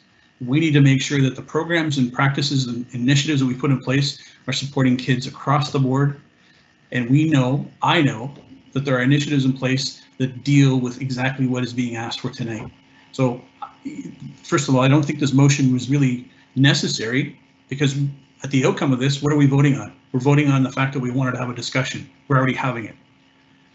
I don't think that this is the right process, the right place. I think we need to come back and think about what we talked about and approved earlier this evening from a strategic plan and a board work plan, and work with administration to have them come back to us with initiatives that will support those key areas that we've talked about tonight. I can't support any further discussion around specific projects until we had come back to administration and they bring us things that they think are important and will make impact on for our kids. A load of crap. Excuse me. A load of crap. No, excuse me. What more could we be to support kids? McCray, you are out of order. Trustee McCray, would you please? Before Mr. Chair. Before I go to Trustee Parisien and Trustee Swan, I just wanted to, for a point of information, I wanted to point out to the board that the director and Trustee McCray and I last week had a very lengthy meeting with regard to this very issue. And to your point, Trustee McDonald, I strongly urged Trustee McCray that his initiative should and could be considered within the context of the strategic plan and the budget discussion. So he chose not to do that route, and he came with this motion. And I think every trustee has the right to make a motion and to bring it forward to the table, and I respect that right, and that is what has happened here. So, Trustee Parisien? Thank you. Through you, Chair. I just want to potentially, I know Trustee McCray has very strongly voiced for outdoor education, and maybe, if he wants, we could look at, I don't know, have other side discussions. I know it keeps coming to the board table, and I would definitely highlight it being part of the budget or strategic planning discussions, Trustee McCray. At that point, maybe we can look at to make sure that what your intention is. The only part of the motion or the discussion point that bothered me was that, we put money aside and we let those come that want to come. We're not then really giving a fair opportunity to our students across the entire board that might be interested in outdoor education or that might not have transportation to go to schools that offer this program. So what we want is we want to make sure that there's a program for all. So potentially to bring back your point when we have budget and strategic planning discussions. Thank you. Trustee Swan? Thank you. And like I said, I brought this for discussion because I think it's important in all our schools. I think it's become more important because of the pandemic and how we're trying to get children to learn outside, or our youth for our high school students. We've lost 500 students. How do we get them back? But I do think this pairs, and I agree with the comments of Trustee Parisien, and especially the comments of Vice Chair McDonald, because, no. Pardon me? Sorry, I thought you said something. No, that this is a budget discussion item. I don't really think we should be discussing it next week, but I'm in favor of a lot of the points there. And contrary to what Trustee David McDonald said, I mean, this does coincide with our strategic plan. I mean, there's collaboration. It could be in an outdoor classroom, engaged learning communities, education, the relevance, innovative programming. It goes all along those: wellness, caring, supportive environments. Some children, some youth might and even for staff to be outdoors. I mean, I think we could do this all if we could incorporate this, but I do think this should be part of our budget discussions. And when we did our budget last year, we voted on priorities, whether it be phys ed or different things. And I think I wouldn't even mind having a committee to discuss how we could bring this forward, and I would volunteer to be on it. But I think this is the time now to use this and to utilize.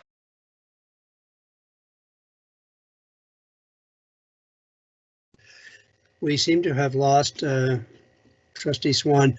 I just want to, folks. I'm sorry, and here I was talking for 5 minutes. No, we just missed you for the past 10 seconds. Go ahead. Okay. Anyway, we have great urban communities, and I just think we should bring this forward. Did you get the part where I even suggested having a committee? Yes. Yeah. Okay. So sorry, I don't know how my hand wasn't even by the keyboard, but I do talk with my hands and maybe I hit something. But anyway, I would like this as part of the budget discussions, and how do we get it as a choice, I guess, is my question through you, Chair. To you, Chair. Well, first of all, I think we have to deal with the motion. If you, after this is over, one way or the other, if you wish to have a budget meeting dealing with this kind of issue, I would be certainly willing to entertain that. Of course, that's the purview of the trustees. But rather than talking about outdoor education or anybody else's pet peeve, and I don't mean that in a negative way, I'm just saying whatever your interests are, the purpose of this motion was to bring forward for consideration and discussion individual ideas and initiatives that would impact. So the question is, do we want to do that? And that is what the motion is about. So I'm going to suggest, trustees, that we vote on the motion and we vote on the motion. That's it. I have a question, I guess, on procedural. Go ahead. Okay. Vice Chair. Yes. I don't like necessarily to throw the baby out with the bathwater, if you get my drift. I know that looking at my own schools, that I have a lot of outdoor education happening within my schools. It may simply be a reflection of the community. I've got a school in the northern part of my ward that has the most amazing outdoor classroom that you've ever seen. It was created by the community. You see kiosks and shelters in rural schools and urban schools where on a good day the kids learn outside. So I have a secondary motion that if the board would entertain it after they have dealt with this one, I would be glad to present it. And if you do not care to examine it this evening, that's fine with me. Thank you. That's fine. We'll entertain that afterwards, Vice Chair. I want to point out too that at Management Council last week, we did agree that there would be a budget discussion scheduled for March 2021. So anyway, so I'm going to now, Trustee McDonald. Thank you, Mr. Chair. And maybe my microphone wasn't on during the presentation of the accountability framework, but I just want to bring trustees back, and we've had several meetings to go over this. Strategic planning for our board is a high-level discussion. We concentrate on the mission, the vision, the critical success factors, the goals, not the strategy and the implementation of programs to make impact or change on those goals. And all we want to do as a group, it sounds like tonight, is we want to talk about those strategies. We are not administration. We are the trustees that set direction for this board. Go back to the presentation that was made by Accountability Framework, and we approved a board work plan. We approved strategic plan with critical success factors in place. Trustees, if we start to get into the water and play in the weeds here, then we can't really expect administration to know what direction they're going to go in. We've got a strategic plan that says one thing, but yet we want to sit here and we want to talk about our pet projects. We can't do both. And as a board of trustees, we are the ones that set the direction at the high level. And we need to start thinking that way when we do these types of things. You know, there's lots of things that I think that we could do differently, but that's not my job. My job is to set direction as a trustee. And I think if we step back and we start to examine how those things go, then maybe some of those ideas are going to be coming forward by administration. But the important thing for us tonight was that we talked about how we're going to put measures in place to support kids. And if that comes out of that, if outdoor education is part of that, hey, we've solved that issue. But I think it's important to let administration come back with those strategies and those initiatives that they're going to do to support staff and students. And that's the work that they need to do. It's not for us to say, here's what we want to do. Now we're also going to tell you how to do it. And if you don't do it, well then, what, you know, how can we hold you accountable, Mr. Director? Because that's not fair. That's not fair to the director. That's not fair to administration. We need to be thinking a little bit more at a higher level. In the helicopter, we are the ones that set the direction. We are not down in the weeds. Thank you, Trustee McDonald.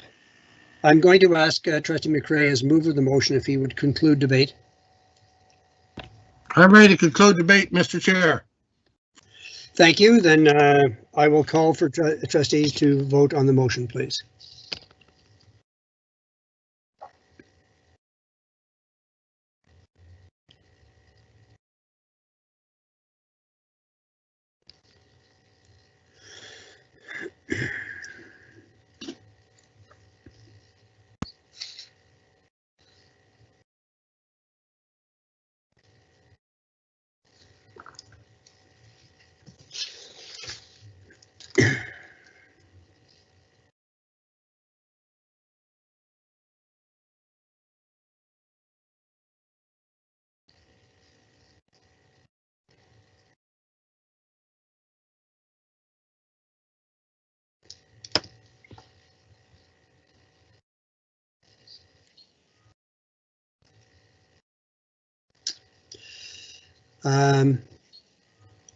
Lisa has indicated that the motion is defeated.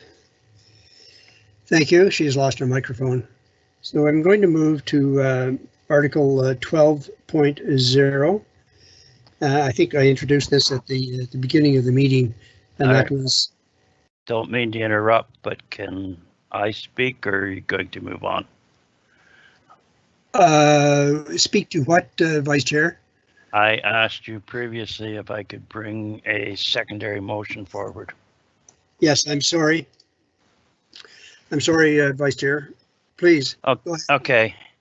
Been an interesting discussion. Trustee Cram mentioned the planning session that we'd had, I believe, called .com. It worked out quite well. I have to remind the board that there are some of the things that we identified that evening as a priority that have yet to be funded. We're talking about the mental health strategies, dedicated phys ed teacher in our elementary schools. Trustee McDonald mentioned a lack of information.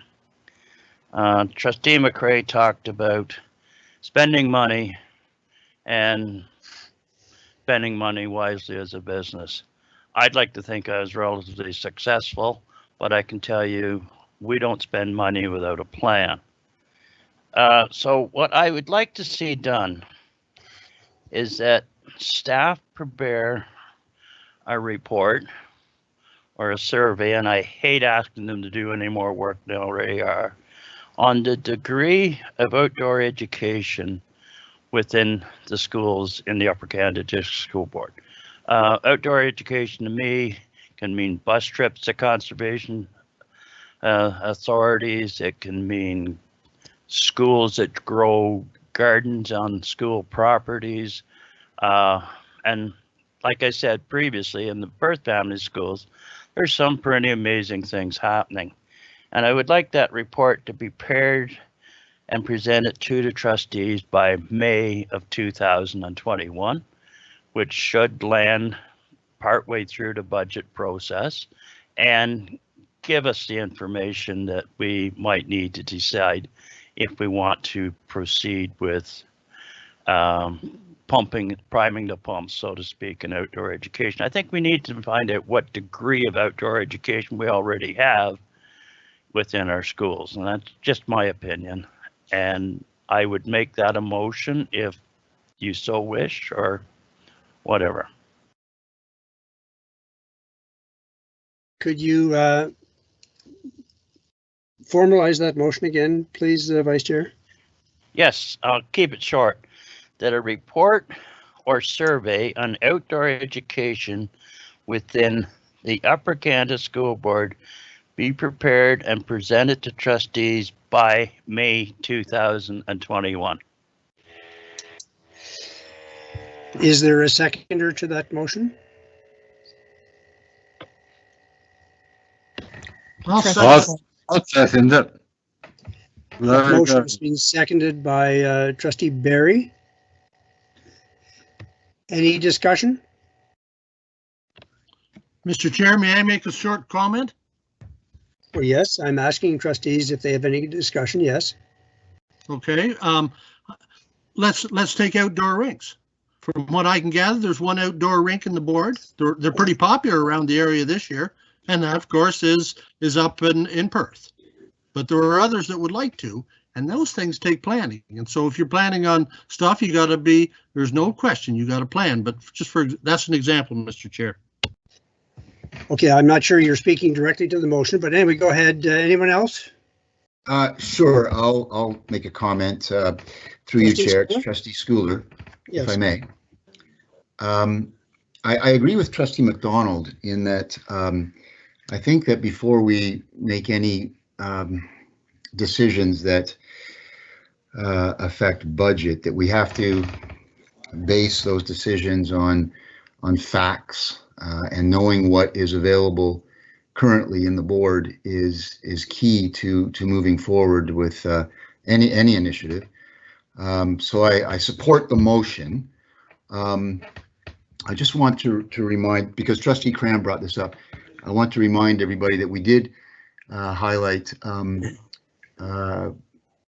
health and phys ed in our previous discussions, and I would encourage fellow trustees to take a look, if they haven't already, at the revised health and physical education curriculum that came out in 2019.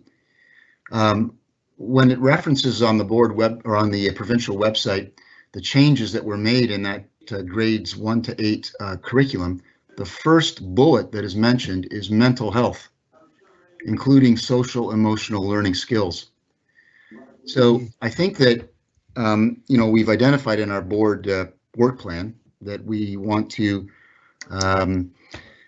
really focus on mental well-being for both our staff and our students.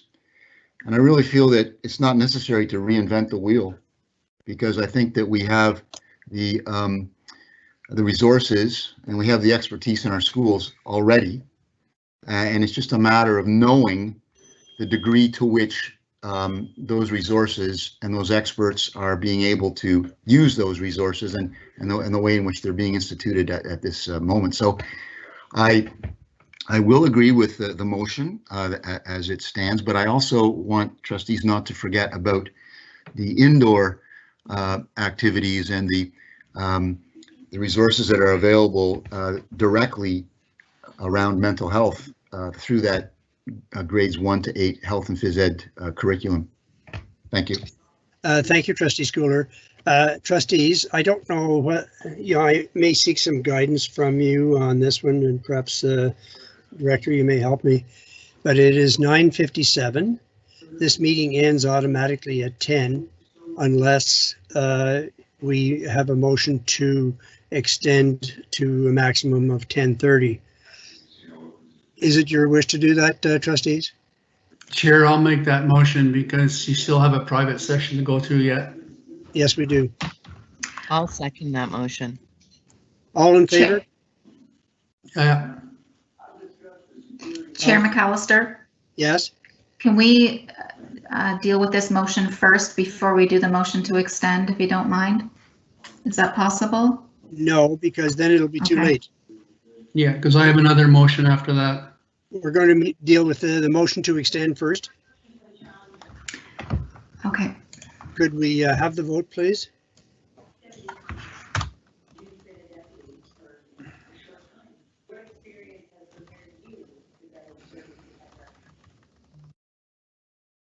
Please do a manual verbal vote. Okay. Is there anyone opposed to the extension of time to 10:30? Hearing none, I'm going to assume that that motion passes. So now we will revert to the previous motion. And are we ready for a vote on that? Or have we? No, we haven't voted on that, have we? No, you have not. Could we vote on that motion, please? Yes. And the motion is, be it resolved that at the next public meeting, January 27th, 2021, of the UCDSB trustees, including student trustees, may bring forward for consideration and discussion individual ideas/initiatives that would impact the upcoming budget if they so choose. Chair McAllister, yes. that motion has been voted on and that motion was defeated. The next motion that we have on the books right now is that the board directs staff to produce a report on the current state of outdoor education in the Upper Canada District School Board and present the findings of the report by May 2021. Moved by William McPherson, seconded by Larry Barry. Thank you. I'm very sorry. I was confused. That's okay. So, I'm ready to vote on that motion. Lisa, could you read the motion again, please?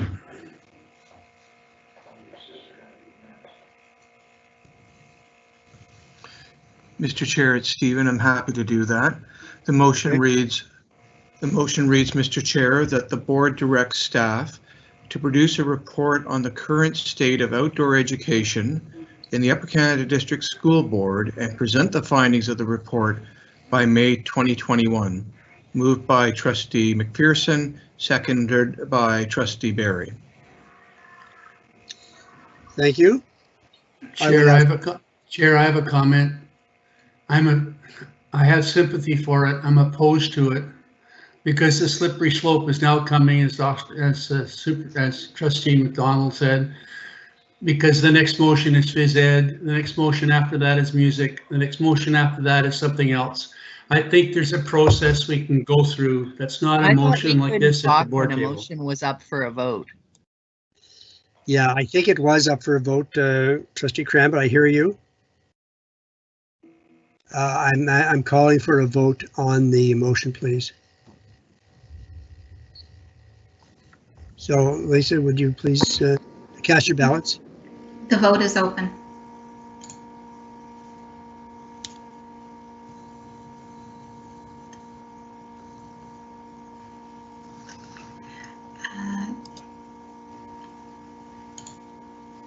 Chair McAllister, that motion is defeated. 5 in favor, 6 opposed.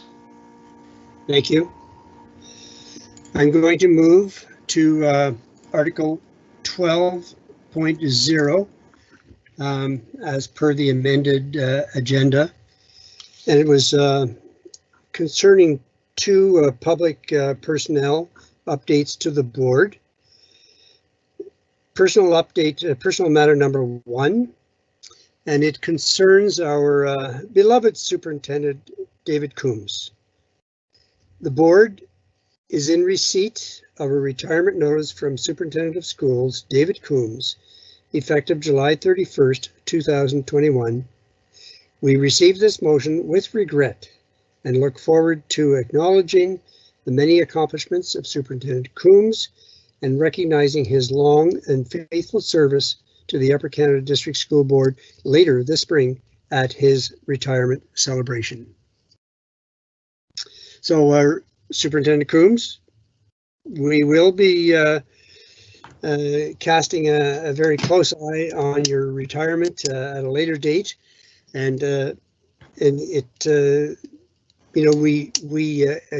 we receive your retirement with deep regret, but also acknowledging, a great deal of happiness for you. Thank you very much, Mr. Chair. You're welcome. Trust me, David, I'm going to have a lot more to say at a later date. Personnel matter number 2 regards the appointment of Marcia McNair as a full superintendent.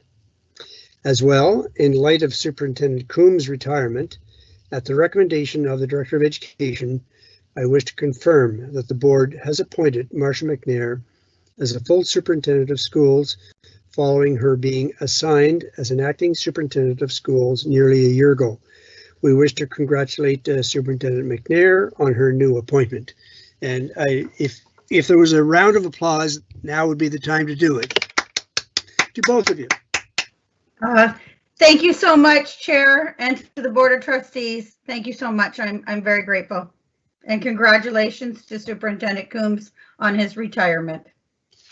This is one of those times when I wish we were meeting in person so we could cast an eye to each other and take a good look and hug and whatnot, but we can't at this time. So I'm going to move now to Article 1701.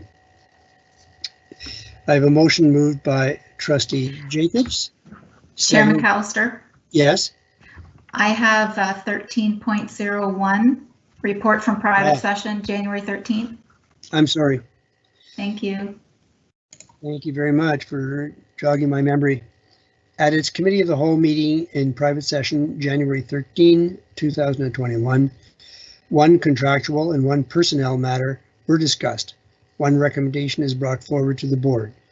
And I have a motion moved by Trustee Jacobs, seconded by Trustee Score, that the Upper Canada District School Board approve resolution number PS 2021-01, January 13, 002, carried in Committee of the Whole private session under agenda item D2, January 13, 2021. Ladies and gentlemen, would you please cast your ballots?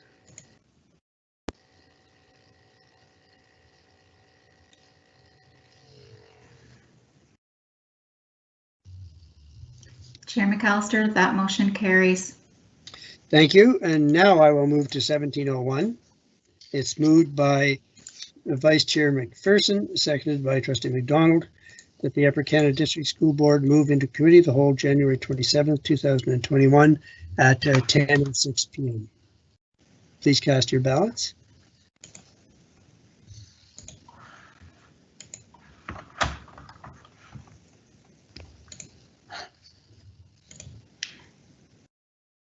Chair McAllister, that motion carries.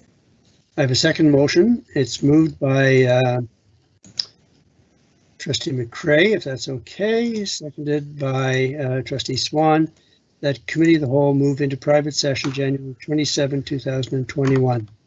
Please cast your ballots.